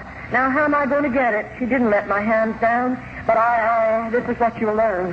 And you'll struggle to get it. I'm hungry. I mean, I'm so thirsty, I feel like I'm going mad. And to get it, I discovered that this hand goes high and this one will come down a little bit. And that'll keep right on going higher. As I lean, I have to reach higher with this one. This one will automatically let down. And to get that water and that food, I mean, I had to get it like the dogs and cats.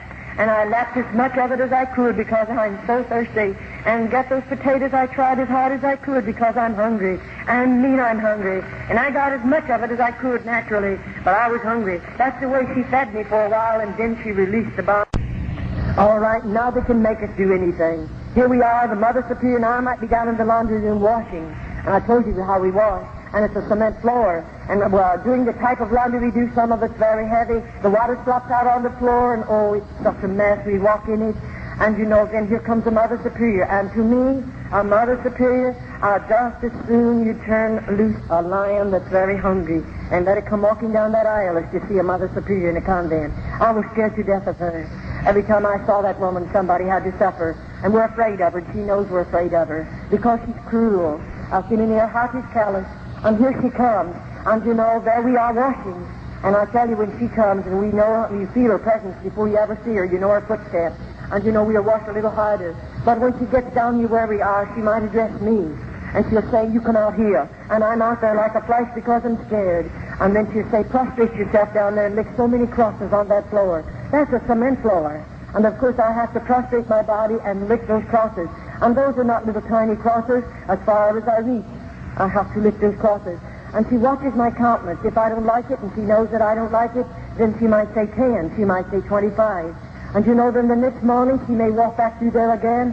And because she saw something in my face that made her to know I didn't like what she wanted me to do, she may call me again. My tongue by this time is sore. It's bleeding, but I have to lick the crosses on the floor again. And then they do the same way about compelling us to crawl. They'll compel you to crawl, and may I say, it could be up and down an aisle like this 10 times, and it'll not be a beautiful rug like this. It'll be on a floor that you'll know what you're crawling on. And you know I'm crawling, and I have to crawl like this upright. And my knees. Don't they hurt? And I might make it 5 or 6 times, and then I might not have enough strength to go the other 3 or 4 times, and I'll faint. But she'll pour some cold water on me and tell me to crawl again. And may I say then, I'll try to finish it out. And maybe the next day she compels me to crawl again. By this time there's scabs on my knees. I mean, those knees are sore. But I must crawl again. This is the life of a little nun. We're doing penance. And then she teaches us to believe that God is looking down out of heaven. He's smiling his approval upon those little girls. And God is made happy through our suffering, and because we are heathens, we don't know any better. We've never read the Bible. We've never had any scripture. And so those little nuns are ignorant of the Word of God. You know, we are just raised under the tradition of the Roman Catholic Church, and we know nothing about this lovely gospel of Jesus Christ, and so we have to do these things. Then the Mother Superior might walk through the cell door. By the way, in our cells, there's nothing in there but the Virgin Mary, and that is, she's holding the baby Jesus, and there's the crucifix, and then we have a prayer board. And by the way, I'll assure you folks that you'll never want to kneel on our prayer board. We kneel on it every day if we are able to walk under our own power. It is a board about this height from the ground, and there are 2 leading up like this one, and this one is about that wide. I'm going to drop my knees down on it, and there's sharp wires coming up through that board, and then this one up here, I'll prostrate my arms on, there's going to be sharp wires. After all, I told you we were going to suffer. We were going to do penance, and this is a part of my suffering. And as I kneel on that prayer board, I'm praying for lost humanity, and I'm believing as I suffer that my grandmother will be released from a priest's purgatory sooner because of my suffering. And I'll kneel there longer sometimes. Oh, it's terrible, but we don't know any better, so we do that because that's all that little nun does know, and we believe it. And there we are, and we are locked in our cells. Every night the key is turned in those doors. We can't get up and come out of there. And then more than that, 7 minutes of 12. We go to bed at 9:30, the lights are out. 7 minutes of 12. There's 2 little nuns appointed to unlock every door. Every little nun again gets on her feet, dresses in full dress, goes into the inner chapel, and there we again pray 1 hour for lost humanity. We don't get very much sleep, that's why, and we don't have enough food, and we work hard, and we suffer much. That's why our bodies are so broken. That's why we seemingly don't have enough strength to carry on after we live there. But I'd like to say this to you as I go, before I go any farther. Now, I did those very things we are taught to believe, that as we spill our own blood, now we must do this. As I put my body, if I torment it or torture it in any way that I spill blood, I'm taught to believe that I'll have 100 less days to spend in purgatory. Now, you know, we have no hope. Those little nuns don't look forward to anything. You may think they do, but we don't. Why? After you live in a convent 10 years, I began to realize the Virgin Mary is just a piece of metal. She's a statue. I began to realize St. Peter's just a statue. I began to realize that the statue of Jesus is just a piece of metal. In other words, we've come to the place to believe that our God is a dead God. And I'll assure you, after you live in a convent long enough, not at first, oh no, but after we've suffered enough, after we've seemingly fallen down at the feet of those statues and spilled our tears on them and have begged them to intercede and get a prayer through to God. And years go by and no prayer is answered. Then we began to realize we have a dead God. And so on it goes. And so those precious little girls, we're taught to believe that as we whip our bodies, or burn our bodies, or torture our bodies, and spill blood, that we'll have 100 less days to spend in purgatory. We believe in a literal purgatory, and that literal purgatory is a fire, and it's going to burn, and we're going to feel the flames of fire. And you know, when I say nuns are forgotten women, just who do you folks think is going to say a prayer or go and pay the priest to have a high mass for a little nun that's in a convent? I wonder who's going to. Why? Because they'll not even be notified. When many of those little nuns die, there's no notification of them whatsoever. A parent won't even know when they're dead. So who's going to pray us out of purgatory, or rather buy us out of purgatory? No, we realize after we're in there for a period of time that there is no purgatory. And of course, you know there isn't, and I know there isn't. And there is no purgatory. The only purgatory the Roman Catholic people have is a priest's pocket, and they're filling his pockets with coins in order to pray for the dead. And may I say, there are thousands and thousands of Roman Catholics. In the month of November, may I say to you, in the United States, 2 years ago in the month of November, the Roman Catholic priests praying masses for the dead of the Roman Catholic people in this country in 1 month collected $22 million for masses said for dead Roman Catholics. That's just a little idea, a sample of what's going on in this country. And still there are thousands of mothers that will work their fingers to the bone to go over there and give the priest another $5 to say a mass for a loved one that's in a purgatory, because that mother believes there is a purgatory. In the convent they have a painting of purgatory, and there's nothing in the room but just that painting. And you know, every Friday we have to walk around that painting. And when we walk around it, I wish you could look at the little nuns' faces. What do I see? The painting, as you would walk around it, looks like it's a big, deep hole out there, and there are people down in there, and the flames of fire is lapping around the bodies of those people, and their hands are outstretched like this. And the mother will say to the little nun, you better go and put another penance on your body. Those people are begging to get out of that fire. And because we're heathens, we don't know any better. I might go someplace in the convent, and maybe I'll burn my body real bad. Maybe I'll torture it some way and spill some more blood, because as I suffer, I believe they're going to get out of that place where a priest puts them. And there are millions of people, so to speak, in purgatory that your priest have put there. And when he knows that it's the biggest fraud there is in the world, he knows there's not a bit of truth to it. And bless your heart, I often say you take purgatory mass away from the Roman Catholic Church, you're robber of 9/10 of a living. She'll starve to death if you would take it away from her. She commercializes not only off of the living, but off of the dead, and on it goes. All right. It doesn't bother a Mother Superior to take one of those dear little girls. And may I say, you know, when the priests come into the convent, they come as our father confessors. Once a month we go to confession. And we don't want to go, don't you worry. Many the time have got in the very back row. I didn't want to go in there. I know who's out there. One of them, I may not know the particular man, but I know he's a priest. And I know those priests. I certainly have seen them enough. I've lived there long enough. I certainly have had contact with every one of them, and I'll assure you this one thing. I don't trust one single one of those in the convent. Now, we're not telling you about every priest. I don't know all the priests. I'm just talking about the convent in my personal testimony of convent life.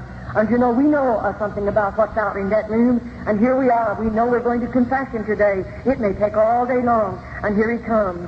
And I have never seen a Roman Catholic priest come into the convent that I was in without intoxicating liquor under his belt.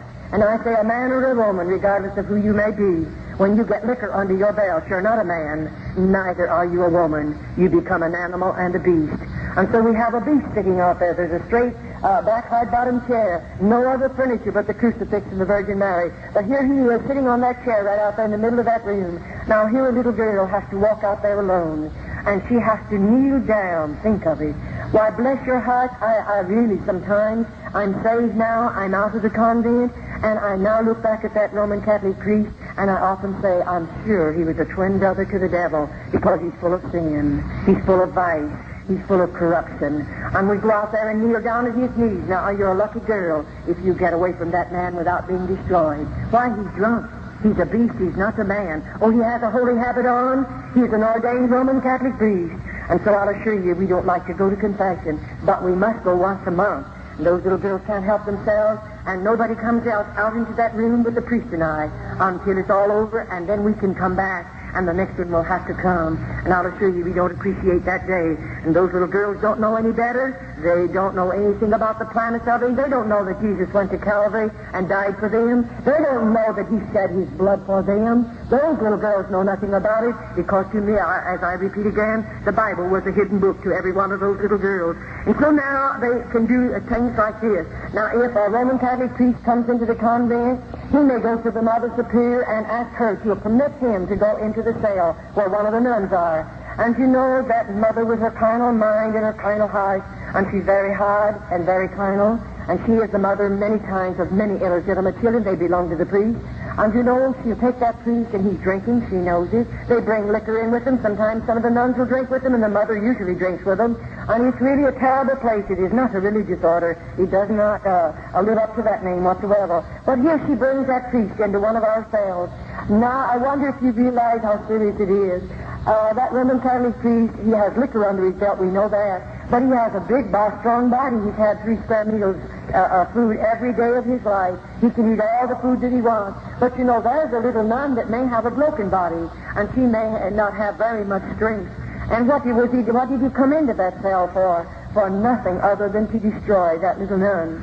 I often say I wish the government could walk into a convent just about the time one of those priests are let in the cell. The mother will turn a key in the lock, and you're locked in there with that priest. Now, we have no way to defend ourselves. And I often say I have had to nurse those little girls. I'm an RN. I got my nurse's training by going through the tunnel over to the hospital as I lived in an open order convent. But may I say, after that priest is taken out of there, if you could look upon the body of that little nun, she looks like something you've thrown out in a hog pen, and a half a dozen old fowls have just mauled that child's body.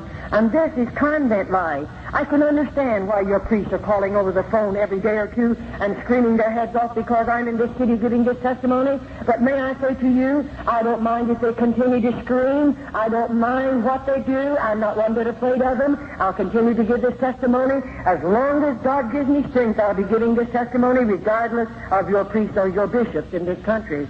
I know what I'm doing. I know what I'm saying. And I'm not afraid of anybody in all of this world. I'm a child of God. And I believe God won't let anybody put a hand on me until my work is finished. And then I often say, I don't care what you do to my body after I leave this body.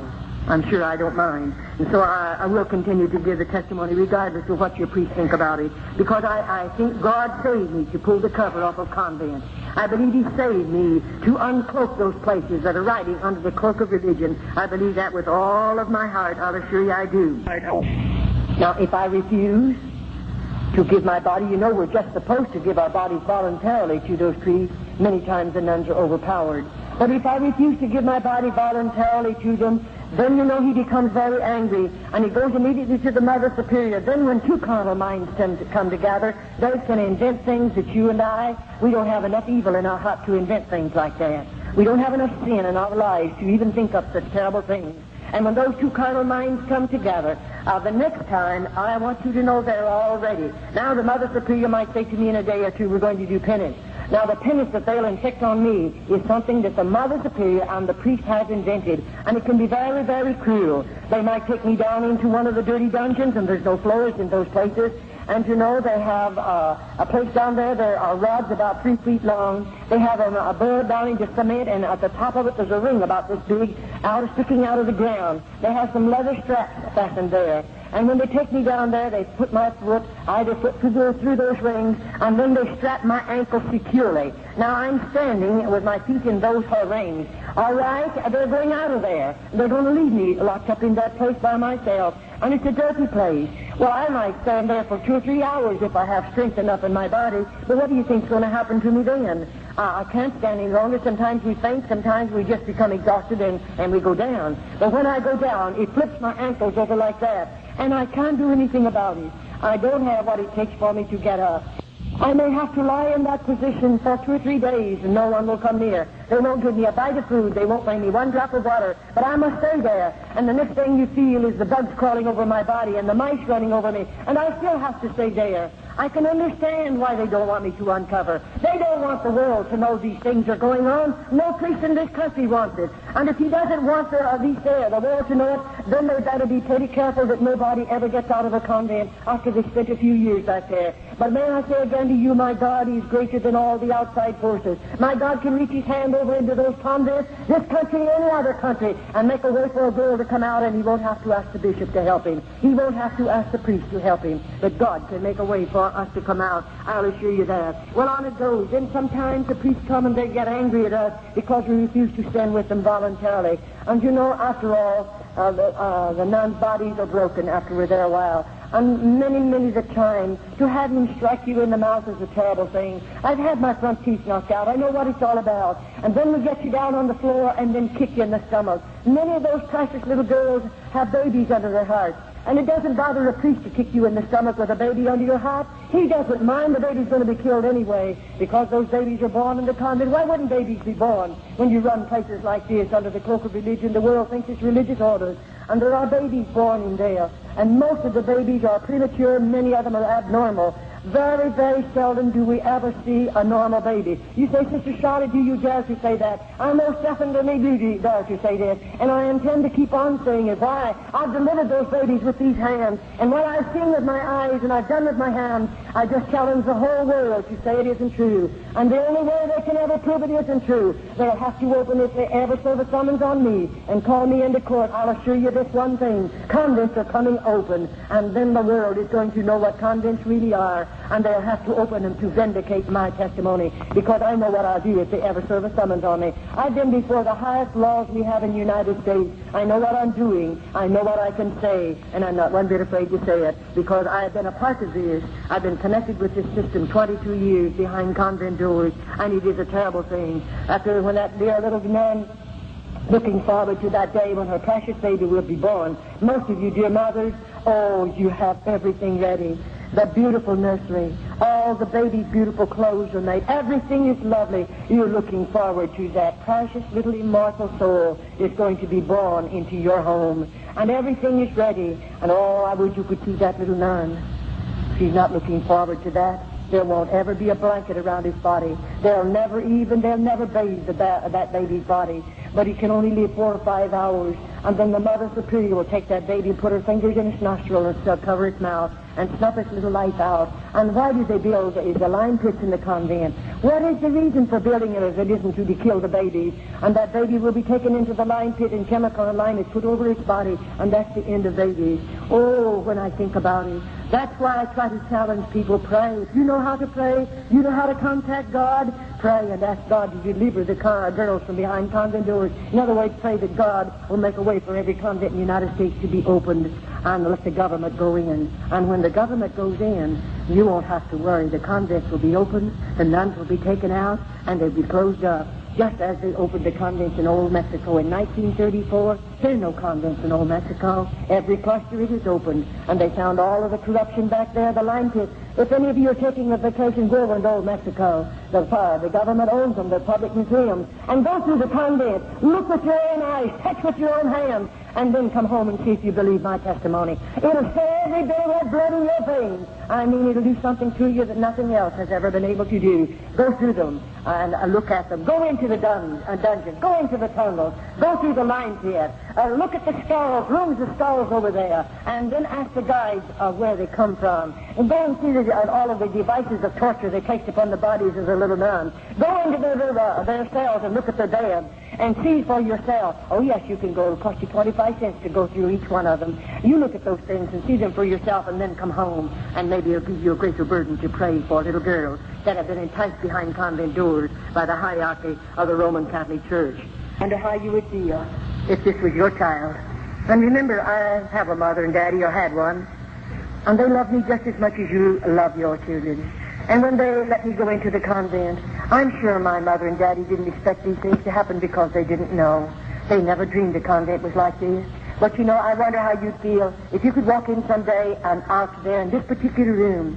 That floor is built for this purpose. There's a partition right out there. There's just a little thing they can touch. It automatically opens. And, you know, there's a deep hole underneath that floor. And this little nun has done something. I can't tell you what she's done, because I wasn't there when she done it. But she's done something, and to them it's very serious. And when they bring her to this particular place. Her little hands and feet are going to be bound securely. They're going to drop her in that horrible, horrible pit. And then they're going to put the boards back down. No one will ever know. Oh, there's plenty of chemical lying down there.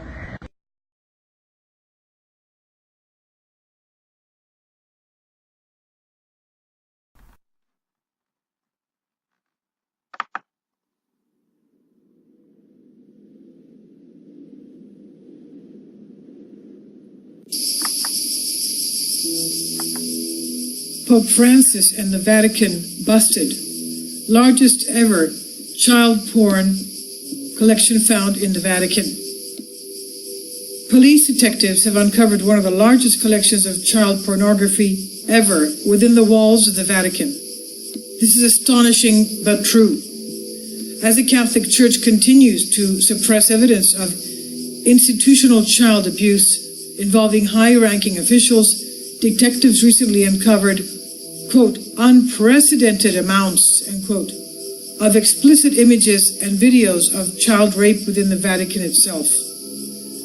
Humans Are Free reports, the Vatican promoter of justice, Gian Piero Milano, released a report in response to the allegations which he read in full to Catholic Church officials during a judicial ceremony. Due to the Catholic Church's internal investigations protocol, Milano claims he is under no legal obligation to actually name names of people accused of pedophilia and possessing child pornography. However, Federico Lombardi, spokesman for the Holy See, showed a rare display of openness and named Archbishop Joseph Wesolowski as one of the accused that had triggered the investigation. Although this may seem like a forthcoming gesture by the Vatican, reports of Wesolowski not only possessing more than 100,000 images and videos of children being forced into sex acts, but also of him sexually abusing multiple children in Poland and the Dominican Republic have already previously been exposed in 2014. Due to the Vatican's internal policies, Wesolowski was investigated but escaped jail for, quote, his own protection, whatever that means. I guess he was afraid that the inmates would just do him off because of his child pornography, pedophilia inclinations. In an unusual move by the Church, the high-ranking Catholic official was facing trial from the Vatican's prosecution for his crimes and had been placed under protective, quote-unquote, house arrest, but mysteriously died before the case even reached a courtroom. Okay, somebody probably did him up because they didn't want more names being spilled. Oh, I'm sorry, I'm being very malicious with my comments, but I have no qualms about it. You know, this is a disaster. These people are supposed to be the representatives of Christ, God on earth, and instead of being that, they are the representatives of Satan and the devil on earth. Going back to the article, the lack of justice following his death left many of his victims frustrated with suggestions that the only reason for the house arrest was, in fact, that word got out that he was allowed to roam free after he was quietly whisked away from the Dominican Republic and back to the Catholic city-state by Vatican officials in order to avoid prosecution there in the Dominican Republic. According to Church and State, the descriptions of what was actually found on Wesolowski's computer were more than a little stomach churning. There were more than 160 videos of teenage boys being forced to masturbate for the camera and perform sex acts on one another. In addition, the boys were raped and forced to perform sex acts on adults as well. Wesolowski's was tedious and protective of his child porn collection, filing more than 86,000 images into categories in locked folders. In addition to the images and videos present on the computer, at least 45,000 others had already been deleted. Further, the good Archbishop wanted to make sure he wasn't without a stash of child porn, while traveling, so he took a laptop along on his trips containing even more images and videos. It seems fairly typical that the only accused party to be named in this latest child porn discovery case, in the one that has already been exposed and passed away, with the identities of the other accused being confidential. According to The Guardian, beyond the child pornography cases, Vatican authorities are battling an array of crimes, including drug trafficking and money laundering. 3 drug deliveries addressed to the Vatican were intercepted in 2014, including a packet containing cocaine-filled condoms. The drugs were discovered at Germany's Leipzig airport and handed to the Vatican in the hope of ensnaring the buyer, but no one came forward to claim the package. This is by Sean Adeltabatabai on your Newswire. So this is just one more case of the fact that Pope Francis is doing absolutely nothing concerning the sex scandals in the Vatican, and absolutely nothing concerning pedophilia and child pornography between the priests and the parish. This is terrible. This is probably one reason why, I'm just guessing, why Pope Benedict XVI was taken off that position. They were hoping perhaps that Pope Francis would do something to clear this up. Well, it seems that he's doing absolutely nothing. This is just still being covered up.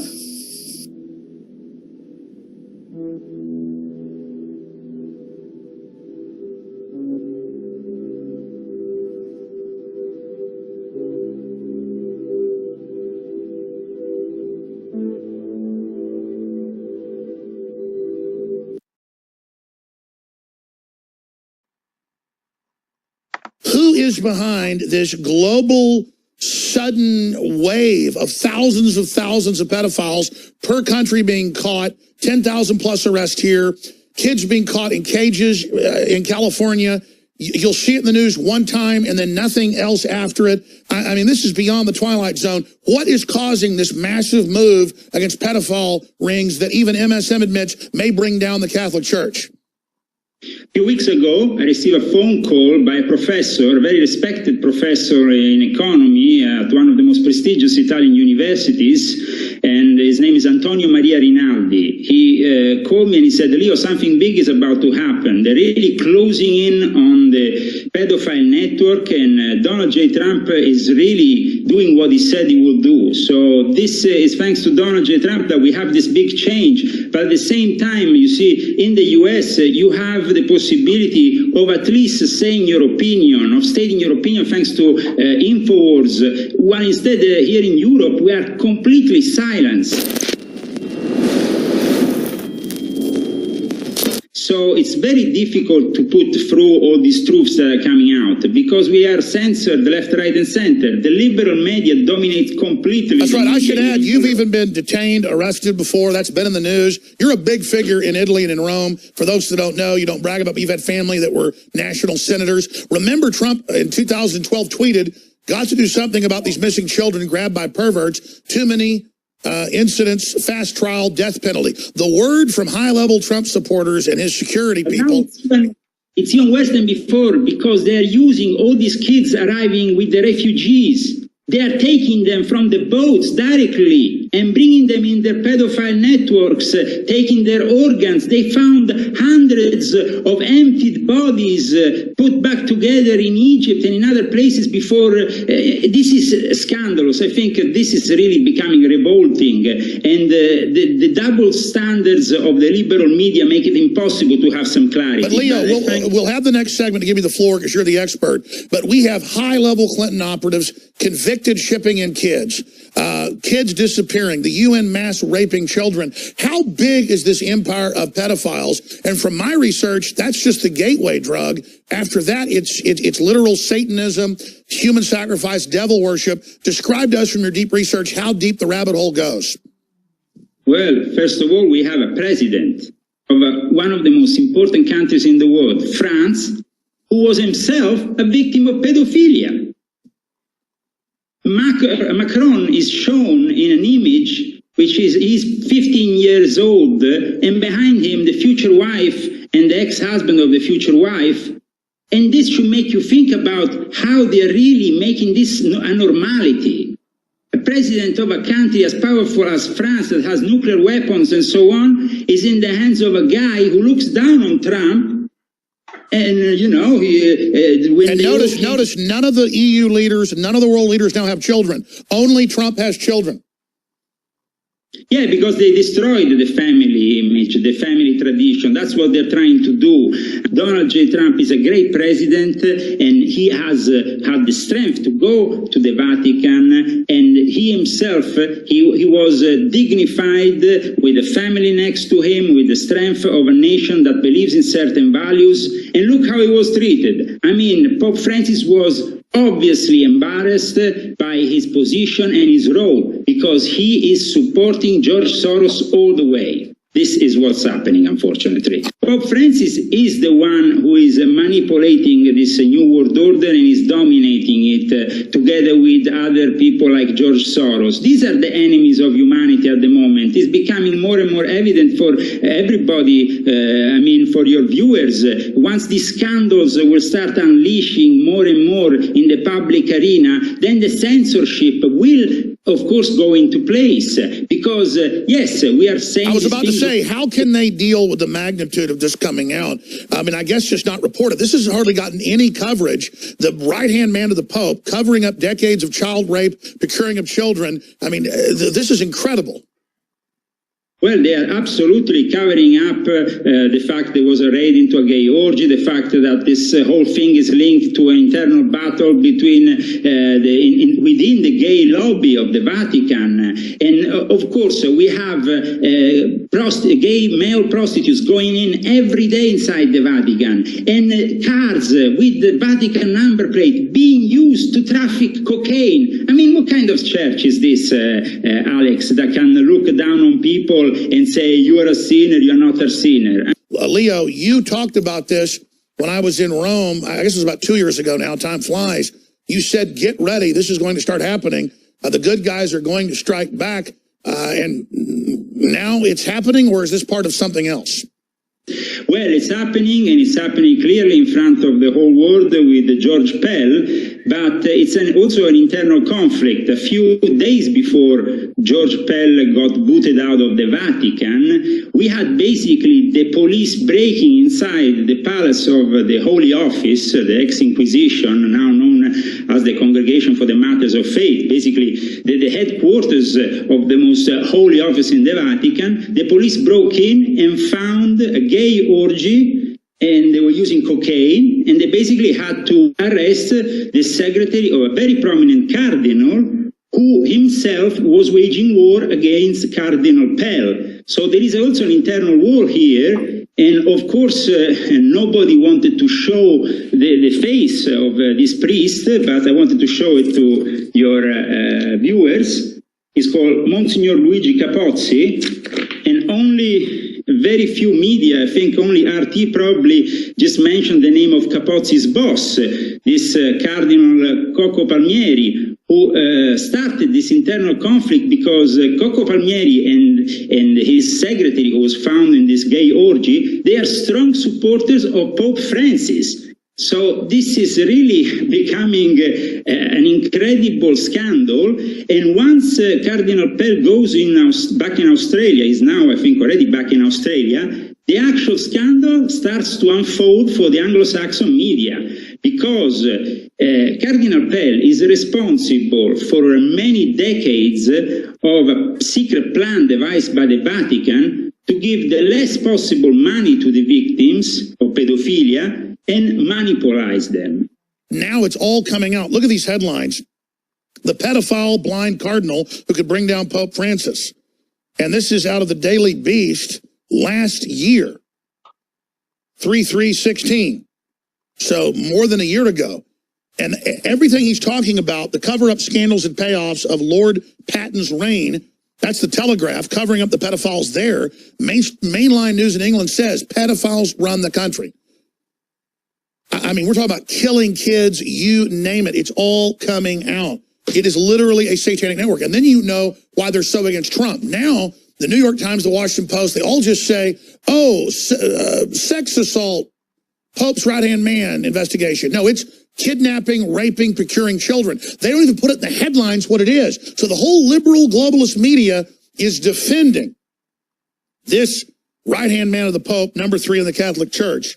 It is unbelievable. It's all their giant deception, and it's coming down. It doesn't matter what they do.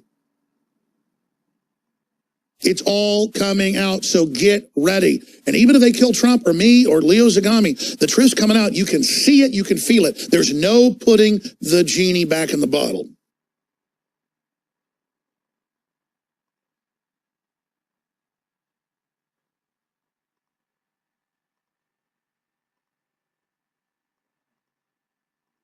Hello, this is a breaking news release from the International Tribunal into Crimes of Church and State, dated Monday, February 3rd, 2014, Greenwich Mean Time. This is based on exclusive reports we've just received from Madrid and Rome. Pope Francis is named by former Argentine junta insider as a prime mover in child trafficking network. And Francis concealed a Vatican and Crown of England Holyrood agreement authorizing the joint cover-up of child rape in Anglican and Catholic churches. A former civil servant in the Argentine military junta, who is living in exile in Spain, claims that Pope Francis engineered the kidnapping and trafficking of children of political prisoners during the dirty war of the 1970s, in which over 30,000 people were killed by the government. The man bases his claim on his personal involvement in meetings between Jorge Bergoglio and senior military junta members that secured the child trafficking networks using Catholic orphanages and religious bodies throughout Argentina as covers. A Spanish reporter who has interviewed the former civil servant states, quote, "This witness is genuine and has many names and dates and notes from meetings. Apparently, Bergoglio was promised the top spot in the Argentine church if he cooperated with the junta and was their publicity frontman, which he was for many years. It's no wonder that as the Pope, he's made it harder for honest Catholics to report child abuse, considering his own complicity." Now, in response to these latest revelations, the International Common Law Court of Justice in Brussels is actively proceeding with its next major case, in which its prosecutor's office will seek the prosecution of Pope Francis, Jorge Bergoglio, on a charge of criminal conspiracy and aiding and abetting human trafficking. The court will issue its first statement of claim and summonses to Pope Francis and other parties no later than March 30th, 2014. The same court issued a legal declaration on August 4th, 2013, naming the Crown of England and the Roman Catholic Church as transnational criminal bodies under international law. Hello, this is Kevin Annett. It's March 1st, 2014. I have an important announcement from the International Common Law Court of Justice in Brussels, and I'm reading this to you from the Sovereign Territory of the Republic of Ghana, formerly the Dominion of Canada, but now under common law jurisdiction. The notice reads as follows. Let it be known from the Office of the Presiding Magistrates of the Court that based on an application brought before it by the Office of the Citizen Prosecutor on February 10th, the Court will, commencing in 30 days, begin litigation proceedings against Jorge Bergoglio, so-called Pope Francis of the Roman Catholic Church, Adolfo Nicolas Pachon, the Secretary General of the Society of Jesus or the Jesuits, Justin Welby, the Archbishop of Canterbury, head of the Church of England, along with Elizabeth Windsor, and others involved in crimes against humanity. These defendants will be charged with organizing and abetting child rape, torture, and trafficking, and with criminally conspiring to commit and to conceal these offenses. The court will convene its pretrial examination hearing on Monday, March 31st, at 9 a.m. Greenwich Mean Time in the city of Brussels. Accordingly, the court is today issuing a public summons against these three individuals, Pope Francis, the head of the Jesuits, and the Archbishop of Canterbury, head of the Church of England. The summons requires that they appear before the pretrial hearing on March 31st, either personally or through their legal representatives. Now, their failure to appear will be interpreted by the court that they are not contesting the charges against them, and such a verdict will be issued into the court record. A copy of the summons is being delivered to all three of these individuals this week and to other parties named in the suit. Now, prior to the commencement of this court case on March 31st, the Common Law Court and its affiliated bodies are asking all people of conscience in the world to gather in prayer and in silence on Sunday, March 30th, as a witness to the children who are dying today through this church-sponsored child trafficking network, and children who have died in the past at the hands of these same churches. Children like Albert Hance, age 9, who was starved to death at the Church of England Anglican School, the St. George's School in Lytton, British Columbia. Shirley Tatouche, who was just 10 years old when she was raped to death by a priest, a Catholic priest at the Fort Albany Residential School in Ontario. Or Richard Thomas, who was 15 when he was beaten to death by Terence McNamara, a priest at the Cooper Island Catholic School on the west coast of Canada. Now, all of these deaths happened and continue to happen because of this policy of crimen solicitanis, the formal policy in the Roman Catholic Church and now in the Church of England as well, whereby every priest and official is obligated to silence the victims of child rape, to not tell the police and to protect the perpetrator, and to commit this crime of cover-up and inhumanity. This regime will not be tolerated anymore, and the Common Law Court is pulling up that system at its roots by naming the institutions and the heads of these corporations responsible.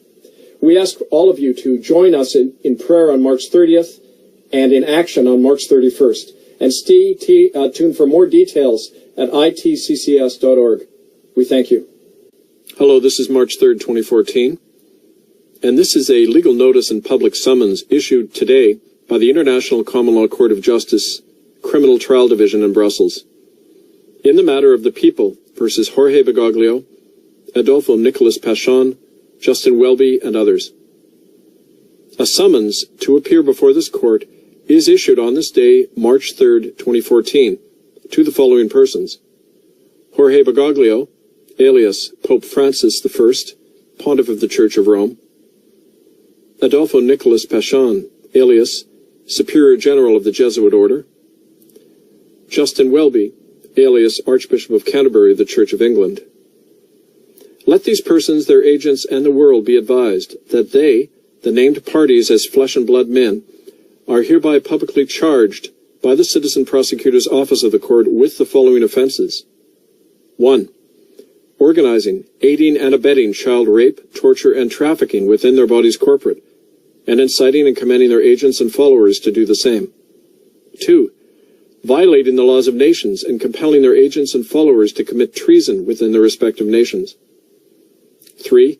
Criminal complicity in the death, rape, torture, and genocide of untold numbers of children. And 4. Criminally conspiring to commit and conceal these offenses and counseling others to do the same. These accused persons, as flesh and blood men, are hereby summoned to appear as primary defendants in a lawsuit addressing their responsibility for these crimes to be adjudicated by the court, commencing at its opening examination hearing on March 31st, 2014, in the city of Brussels. These defendants are advised that they or their legal representatives must appear at this hearing or give just cause in writing within 10 days of this date as to why they are unable or unwilling to attend. The defendants are further advised that their failure to respond to this summons or to challenge these charges made against them will be interpreted by the court as a tacit admission of guilt by them and will constitute a plea of nolo contendere, or non-contested declaration, and will be entered into the court record as such. This public summons is issued by the Office of the Presiding Magistrates of the Criminal Trial Division of the Court on the 3rd day of March in the year 2014 in the city of Brussels. The defendants are hereby publicly served. Hi, this is Kevin Annett. I'm speaking to you on March 22nd with a very important breaking news item. I'm on my way to Europe. I'm in transit at the moment, but this information is so startling and so important for the work of humanity and the International Common Law Court of Justice that it needs to be shared today. A former member of a child abuse cult known as the Ninth Circle has stated in a deposition to the court that Joseph Ratzinger has been a member of the circle since at least 1962 and as such has routinely participated in the ritual rape, torture, and killing of children. Quote, the witness claims to have seen both former Pope John Paul II, Karol Wojtyła, and Pope Benedict Joseph Ratzinger participate at Ninth Circle rituals held at Catholic cathedrals and in a forest grove in France, said George Dufour of the Common Law Court. This recent statement confirms the account of such a ritual involving Joseph Ratzinger made by Dutch eyewitness Toos Nienhuis last year, which you can see at itccs.org on May 8, 2013.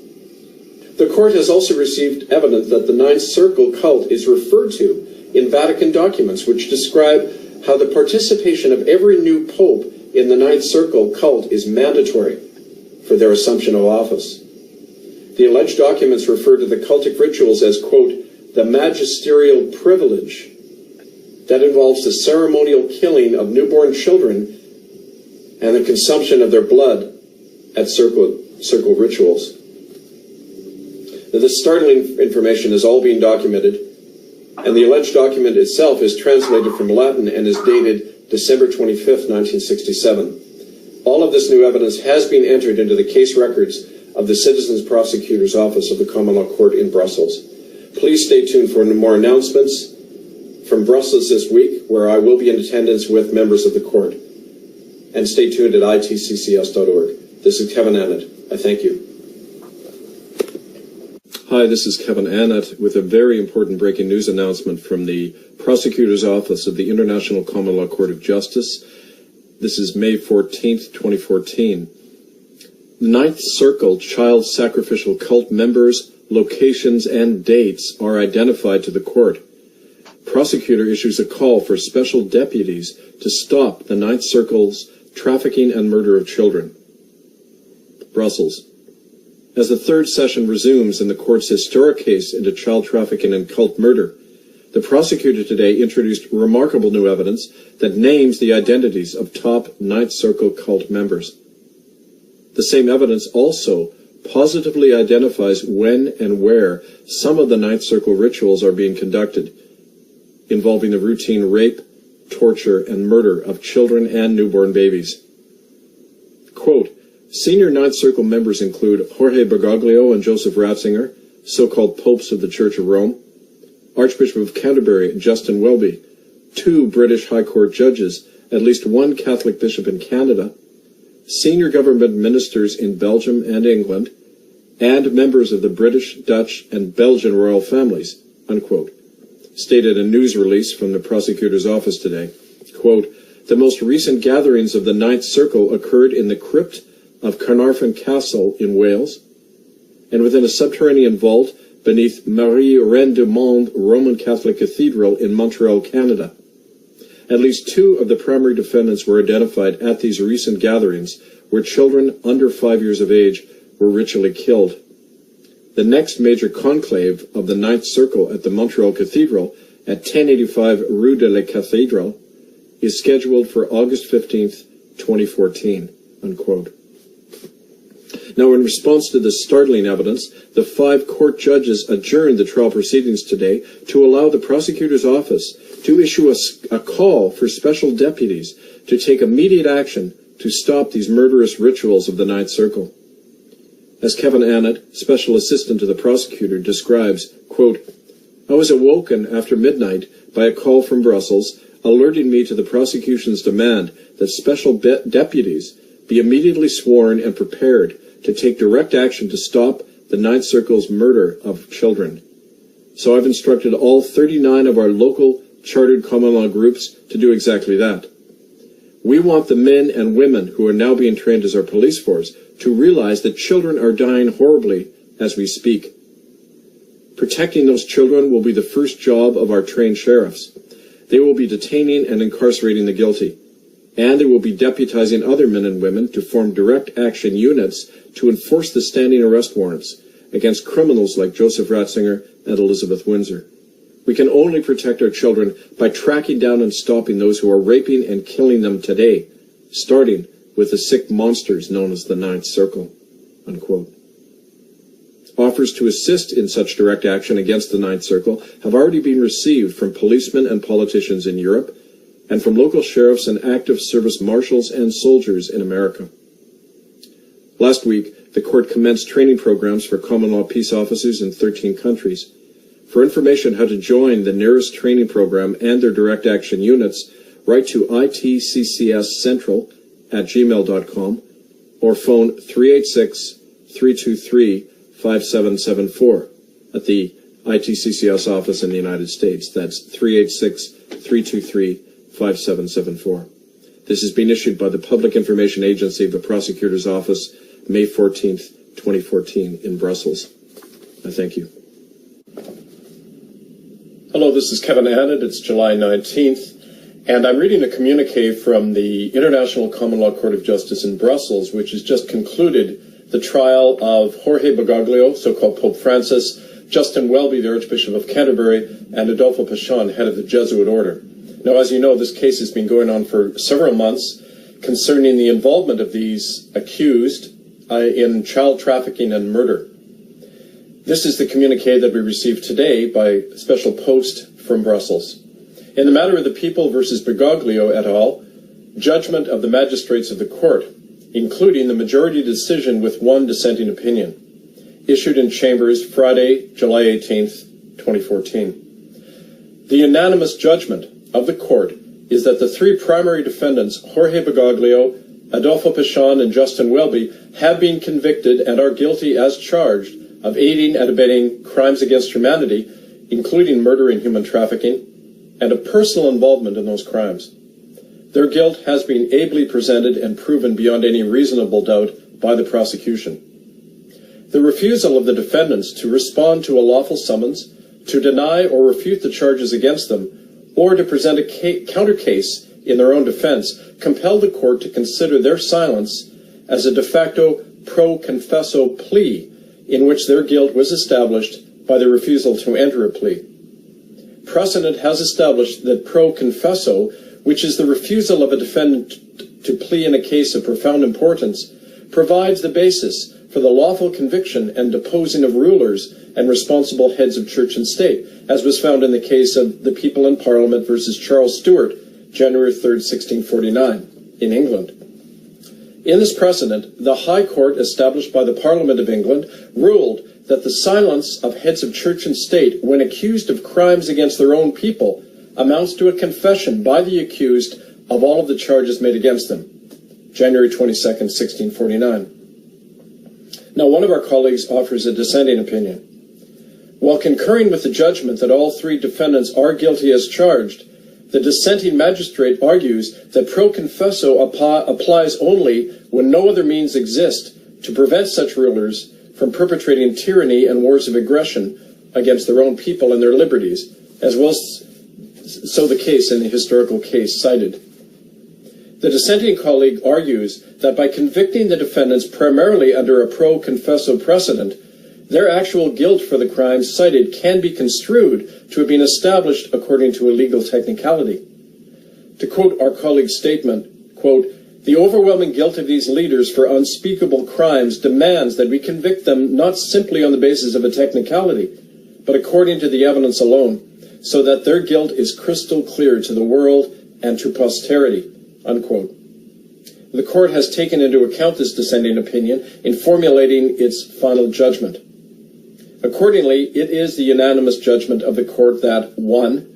The defendants Bergoglio, Pachon, and Welby are guilty as charged on 2 counts of organizing, aiding, and abetting crimes against humanity, including murder and human trafficking, and of personally participating in the routine and ritual rape, torture, and murder of children. 2. The defendants are sentenced to life imprisonment without the possibility of parole or pardon, and to the forfeiture of their assets, property, and authority. 3. The sworn sheriffs of the court and their affiliated direct action units, established by the court on June 1st, 2014, are ordered to immediately arrest and imprison the defendants at facilities provided by the court and to seize their property and assets. The public is asked to assist the sheriffs in this task. An open-ended international citizens arrest warrant will be issued by the court against the convicted persons within 48 hours of this judgment. 4. The court will produce a full public statement making it clear that the basis for its conviction of the defendants lay entirely in the hard evidence of their guilt, and that the refusal to plea, and hence the pro confesso judgment, was a contributing factor, but not the basis of the guilty sentence. 5. In addition, to emphasize that this conviction is not a limited one aimed only at the figurehead symbols of murderous regimes, as of September 1st, 2014, the court will establish an ongoing permanent inquiry to investigate and prosecute others involved in the crimes proven in this case and contained in the permanent court record. This inquiry shall be entitled the Permanent Commission into Child Trafficking and Ritual Sacrifice, and will have the power to subpoena and arrest and adjudicate cases before the court. The commission will be international in scope, have no time restriction, and will seek cooperation from governments, international agencies, and police forces with the aim of prosecuting and stopping forever the trafficking, ritual, torture, and murder of children. 6. To protect this new commission, its witnesses, officers, and evidence, the court record from the case of the People versus Bergoglio et al. Will remain sealed for now, along with the identity of the witnesses and court officers, with the exception of that permitted by the special and unanimous authorization of the court. The jury members who were involved in the proceedings thus far are relieved of their duties and are thanked for their efforts. And 7, this concludes the case of the People versus Bergoglio et al. This is issued today, July 19th, 2014, by the Judicial Council of the International Common Law Court of Justice in Brussels. Thank you. It's all coming out, so get ready. And even if they kill Trump or me or Leo Zagami, the truth's coming out. You can see it, you can feel it. There's no putting the genie back in the bottle. Breaking now. Pope Francis wanted for crimes against humanity, including pedophilia, child sex trafficking, and murder. An arrest warrant issued for the convicted pontiff. The shocked Francis is confronted in Geneva, Switzerland, just hours before the scheduled sacrifice of an innocent young child in a satanic ritual. The Pope is shackled, and then all hell breaks loose. Why haven't you heard about it? Media blackout. Plus, a mother has life-saving medication for her 12-year-old son seized by authorities at an airport. The boy suffers from epilepsy and has over 100 seizures a day. This life-saving treatment could mean the difference between life and death. The mother's plight causes international outrage, but the questions remain. Is this natural substance really successful? And if so, why is Big Pharma running scared? The truth is about to be unsealed.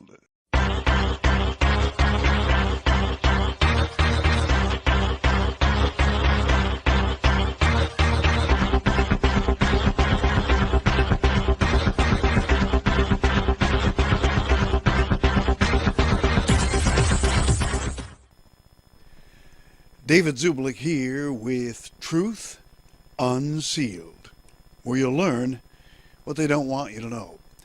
We have breaking news.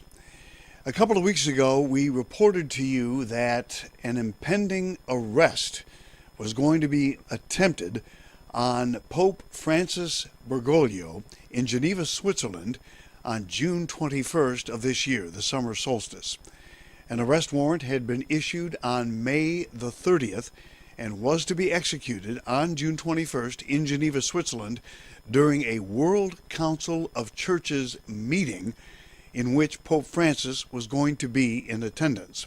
We had also reported to you that a Catholic Black Mass was scheduled to take place at the stroke of midnight on June 21st, in which a human child sacrifice was going to be performed by Pope Francis. Well, June 21st came and went, and due to a tremendous media blackout, no one, at least until now, knows exactly what went down on June 21st. If you follow mainstream media stories, you'd believe nothing happened. Not the case at all. Common law sheriffs who were armed with a standing arrest warrant confronted and temporarily restrained Pope Francis on Thursday as he approached the Ecumenical Center where he was scheduled to address the delegates at the World Council of Churches. And after a brief struggle between the arresting sheriffs and Vatican security, the Pope was released and rushed into a waiting vehicle. Two of the sheriffs who were there to deliver the arrest warrant were heavily beaten and are currently in hospital. They were detained by Vatican agents and arrested by Geneva police along with 2 other people. We're now going to give you the complete report on exactly what happened this week, a report that you are not going to hear about in the mainstream media, a report that you are not going to hear about anyplace else. The truth about what went down in Geneva, Switzerland on the summer solstice with Pope Francis Bergoglio is about to be unsealed.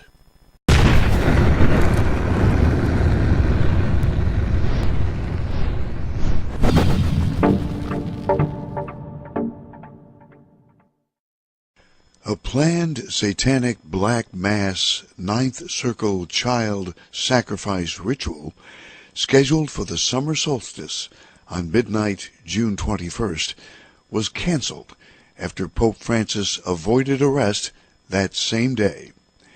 Bergoglio was with his bodyguards on his way to address the World Council of Churches in Geneva, Switzerland, when 4 squad members from the International Common Law Court of Justice detained the Pope, read him an arrest warrant, placed him in restraints, and attempted to escort him to a prearranged secure location. Pope Francis appeared shocked and immobilized as a scuffle broke out, and Vatican security personnel assaulted the 2 team members, restraining him. The 2 ICLCJ operatives received severe beatings, while 4 team members withdrew according to tactical protocol. As the 2 accosted were held at gunpoint by the Vatican security personnel, Bergoglio was released and rushed towards a waiting vehicle. Although their ICLCJ arrest warrant was recognized by Interpol authorities, plus judicial and police agencies in Spain, America, Russia, and Serbia, 4 team members were still placed under arrest by Geneva police. Presently, there is strong concern about risks to the team members' lives due to the fact that the Vatican personnel who beat the operatives were made part of their interrogation by Geneva police. Bergoglio had been confirmed as planning to participate in a child sacrifice, and therefore our intervention could be regarded as a success in terms of stopping that ritual, according to an informant on the confrontation that took place at the Catholic Basilica Notre Dame en Rue during the World Council of Churches meetings. It's the same basilica where children went missing in 2014 and ritual killing was indicated. So how did this all come about? On May 30th, Pope Francis Jorge Mario Bergoglio was issued an arrest warrant for his role in the trafficking and death of children. The order called for an immediate apprehension of Bergoglio as a convicted felon and threat to the safety of children. Police planned to enforce the warrant at a World Council of Churches event in Geneva, Switzerland, where Pope Francis is set to address the assembly on June 21st. The warrant was recognized by Interpol authorities, plus judicial and police agencies in Spain, America, Russia, and Serbia. Back on July 18th of 2014, Bergoglio had been convicted by the International Common Law Court of Justice in Brussels for crimes against humanity and complicity in a criminal conspiracy that included trafficking and death of children. Although the Vatican protected Pope Francis from arrest after his 2014 conviction, the May 30th warrant was issued after an informant told the ICLCJ court that a Ninth Circle satanic cult child sacrifice to be led by Pope Francis is planned for June 21st, 2018 summer solstice in Geneva prior to meetings of the World Council of Churches. Child victims for the satanic rite were believed supplied by an international child exploitation ring funded by the global elite, enforced by the mafia, and organized by an office at the Vatican. An informant said, quote, "At midnight on the solstice, a heavily guarded ceremony will be held in the Catholic Basilica Notre Dame in Rue Argand in Geneva. Only the top WCC leaders and the Pope will be there. We've all been warned to keep quiet about it. It's unofficial and very secret. But it's the same basilica where children went missing in 2014 and ritual killing was indicated. I suspect their June 21st pact will be sealed in blood. Jorge Mario Bergoglio, as the liable head fiduciary officer of Vatican Incorporated and the Roman Catholic Church, has been duly convicted in a common law court of justice of crimes against humanity and complicity in a criminal conspiracy, including the trafficking and death of children. ICLCJ case docket number 0618-2014-001 in the matter of the People versus Bergoglio, Pashan, Welby et al., 18th of July, 2014. The dramatic story of Pope Francis's child trafficking never made the mainstream media, even though over 48 eyewitnesses testified before 6 international judges that the Vatican was paid big bucks to regularly funnel children through their pedophile ring to Satan-worshipping church leaders, businessmen, politicians, and other elites, including members of European royal families. 2 adolescent women told the ICLCJ court that Pope Francis raped them while participating in child sacrifices during the springs of 2009 and 2010 in rural Holland and Belgium. According to a former employee of the Curia in Rome, rapes and murders of children also took place at the Carnarvon Castle in Wales and an undisclosed French chateau. A prosecutor introduced notarized affidavits by 8 others claiming to witness these same crimes organized by the Vatican.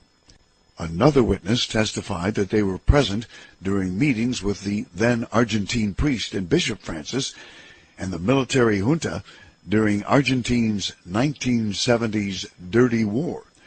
According to the witness, Francis helped traffic 30,000 children of missing political prisoners into the Vatican pedophile ring.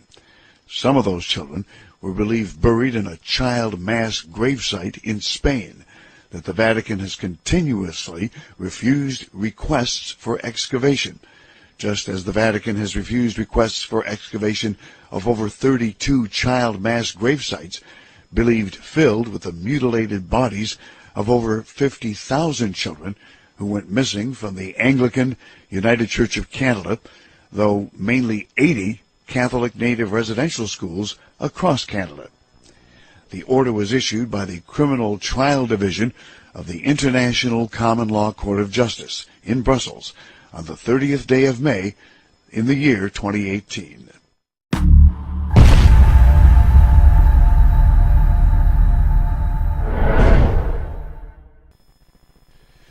Now, of course, this continues to be a developing story, one which we will continue to follow for you and bring you updates.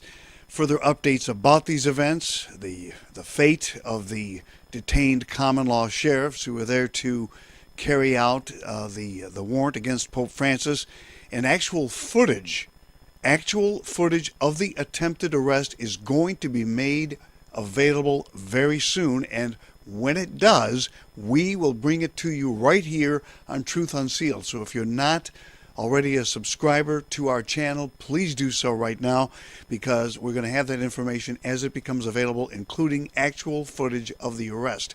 But they're waiting to release that footage until every effort is made to secure the release of all those who have been imprisoned, including those sheriffs who were severely beaten in attempting to arrest Pope Francis on charges of crimes against humanity, including, but not limited to, child trafficking, pedophilia, and murder. We will continue to follow it for you. Part of what we call the Pizzagate pedophile child sex trafficking scandal. It's been going on for quite some time. It was originally identified back by Seth Rich, a former DNC staffer who was a relatively low-level staffer and who was working for the election of Hillary Rodham Clinton, but who stumbled across some of those missing emails of Hillary Rodham Clinton's, and found among those emails not just things having to do with Benghazi and the State Department and all of the other scandals that were going on at the time, but also among those emails he discovered some very potent information about pedophilia and child sex trafficking. Some of the same information, of course, was seized by the New York Police Department and is currently in the possession of the Justice Department and the FBI, from what I understand. The New York Police Department wanted to release this information to the public. It's very damaging information to Hillary Clinton and Bill Clinton, as well as Anthony Weiner. It was part of a file that he had on his laptop called Life Insurance, which contained information about a child sex trafficking ring being run by the Clintons, and John Podesta, his brother Tony Podesta, and several others. Well, anyway, Seth Rich gave this information when he uncovered it because he couldn't stand the fact that, as much as he was a Hillary supporter and a true blue Democrat, that these crimes are being committed against these kids. So he turned this information over to WikiLeaks, who then dumped this information into the public just in the run-up to the 2016 presidential elections. Of course, it had a damaging effect on Hillary's chances of becoming president, along with a number of other things, including James Comey and his FBI and what they were up to. You've been following that, of course, in the mainstream media, but a lot of it is under the radar. It also had to do with this pedophilia and child sex trafficking scandal known as Pizzagate. Well, part of the Pizzagate pedophile child sex trafficking scandal involves the religious community, including the clergy. And the Catholic Church, the Roman Catholic Church, is involved in this up to their eyeballs, and as part of it, they do conduct satanic rituals in which children are raped, tortured, sacrificed, murdered, and then, of course, their body parts are sold to the highest bidder, and a certain element within their system, the blood system known as adrenochrome, is consumed by many of these people because it allegedly creates some sort of a fountain of youth, and these people are trying to obtain eternal life. It's an incredibly incredible sad story, a horrific series of crimes still being committed today. Now, both the church and royalty consider themselves to be well and truly above the law, thus lawless. We know the man of sin will be a lawless one. Vatican Observatory email correspondences about the newly discovered planet Sedna included long and detailed astrological analyses of the orbital track of this new planet as well, and yet the Catholic Church supposedly condemns astrology. The woman on the beast is the spirit of apostasy, embodied and driven by the Catholic Church itself.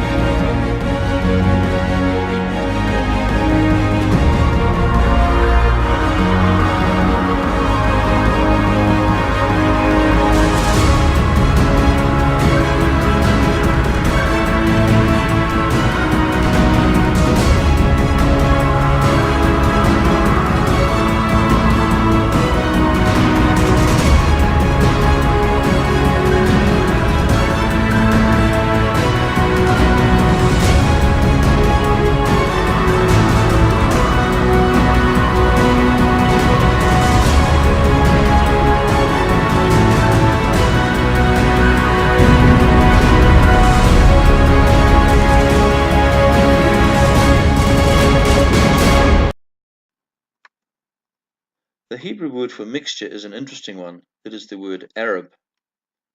Arabia is so called because it is a land comprising a mixture of peoples who have come either from Lot's children, Ammon and Moab, or from Edom, or from Midian, or from Abraham through his servant Hagar, and therefore as Ishmaelites, or from Isaac as descendants of Esau, or from Moses, who married a Midianite and left children behind him. And we know that God, he hates mixture, and it carries over to the fact that at one level, God also hates the Arabians, who have either tried to seduce or kill the Israelites at every opportunity. Even the Roman-appointed Herodian kings of New Testament times were Edomites, and therefore Arabs, and therefore also natural enemies of the Jews. This is all the worse as one discovers that it was very probably Edomite warriors who invaded the Egyptian Delta region shortly before Moses was born and enslaved the Israelites. It is among these same peoples that Islam was formed, which seeks to be the Pharaoh of modern times and to re-enslave the Jews and the Christians. The Quran itself is simply a mixture of Jewish, Christian, and Arabian tribal ideas. It is a hated mixture. And one can study the Quran and see that, in fact, one can recognize all kinds of things that have been borrowed into the text from other religious writings and traditions. We mustn't forget that the wife of Muhammad was, in fact, a Catholic Jewess. She had actually retired to a Catholic nunnery and was called out of that monastery to go and marry Muhammad. But she had become a Catholic even though she was Jewish by blood. So she had all of those traditions to draw on. Now in Daniel 2, the iron mixed with clay, and there's that word mixed again, seems to indicate that evil spiritual forces will attempt to mix with the seed of men, but will ultimately fail. And this is a picture here of the feet of the statue of Nebuchadnezzar's dream, which is recorded in Daniel chapter 2. You see it's mixed. It's a mixture of the iron of the legs and the clay, some sort of clay, baked, hardened clay, but nevertheless clay. This appears to be a last-ditch attempt to re-infuse the rebellion started at Genesis 6. The mixed seed at Genesis 6 is what produced the distortions that we call giants, and a pre-flood world that eventually had to be destroyed in its entirety. The spirits of these giants became the demons. The false teaching of some early New Testament teachers was also described as the doctrines of demons, no doubt a body of teaching that sought to mix Christian doctrine and practice with pagan ones. The demon spirits behind these doctrines once belonged to the oppressive and lawless giants, who were destroyed in God's wrath by Noah's flood. The ecumenical reabsorption of the Protestant Church by the Catholic Church is another mixture that God detests. God continues to hate these kinds of mixture because his doctrine is pure. And with that we bring to conclusion yet another one of our studies. We're doing really well. We're nearly 4/5 of the way through the series. We're going to, in a very short order, deal with the subjects of the two witnesses and the 144,000. And I hope you'll stay with us as we come back next week and look at new material. I hope you enjoyed it tonight. Until then, have a great week and see you again next week. Bye-bye.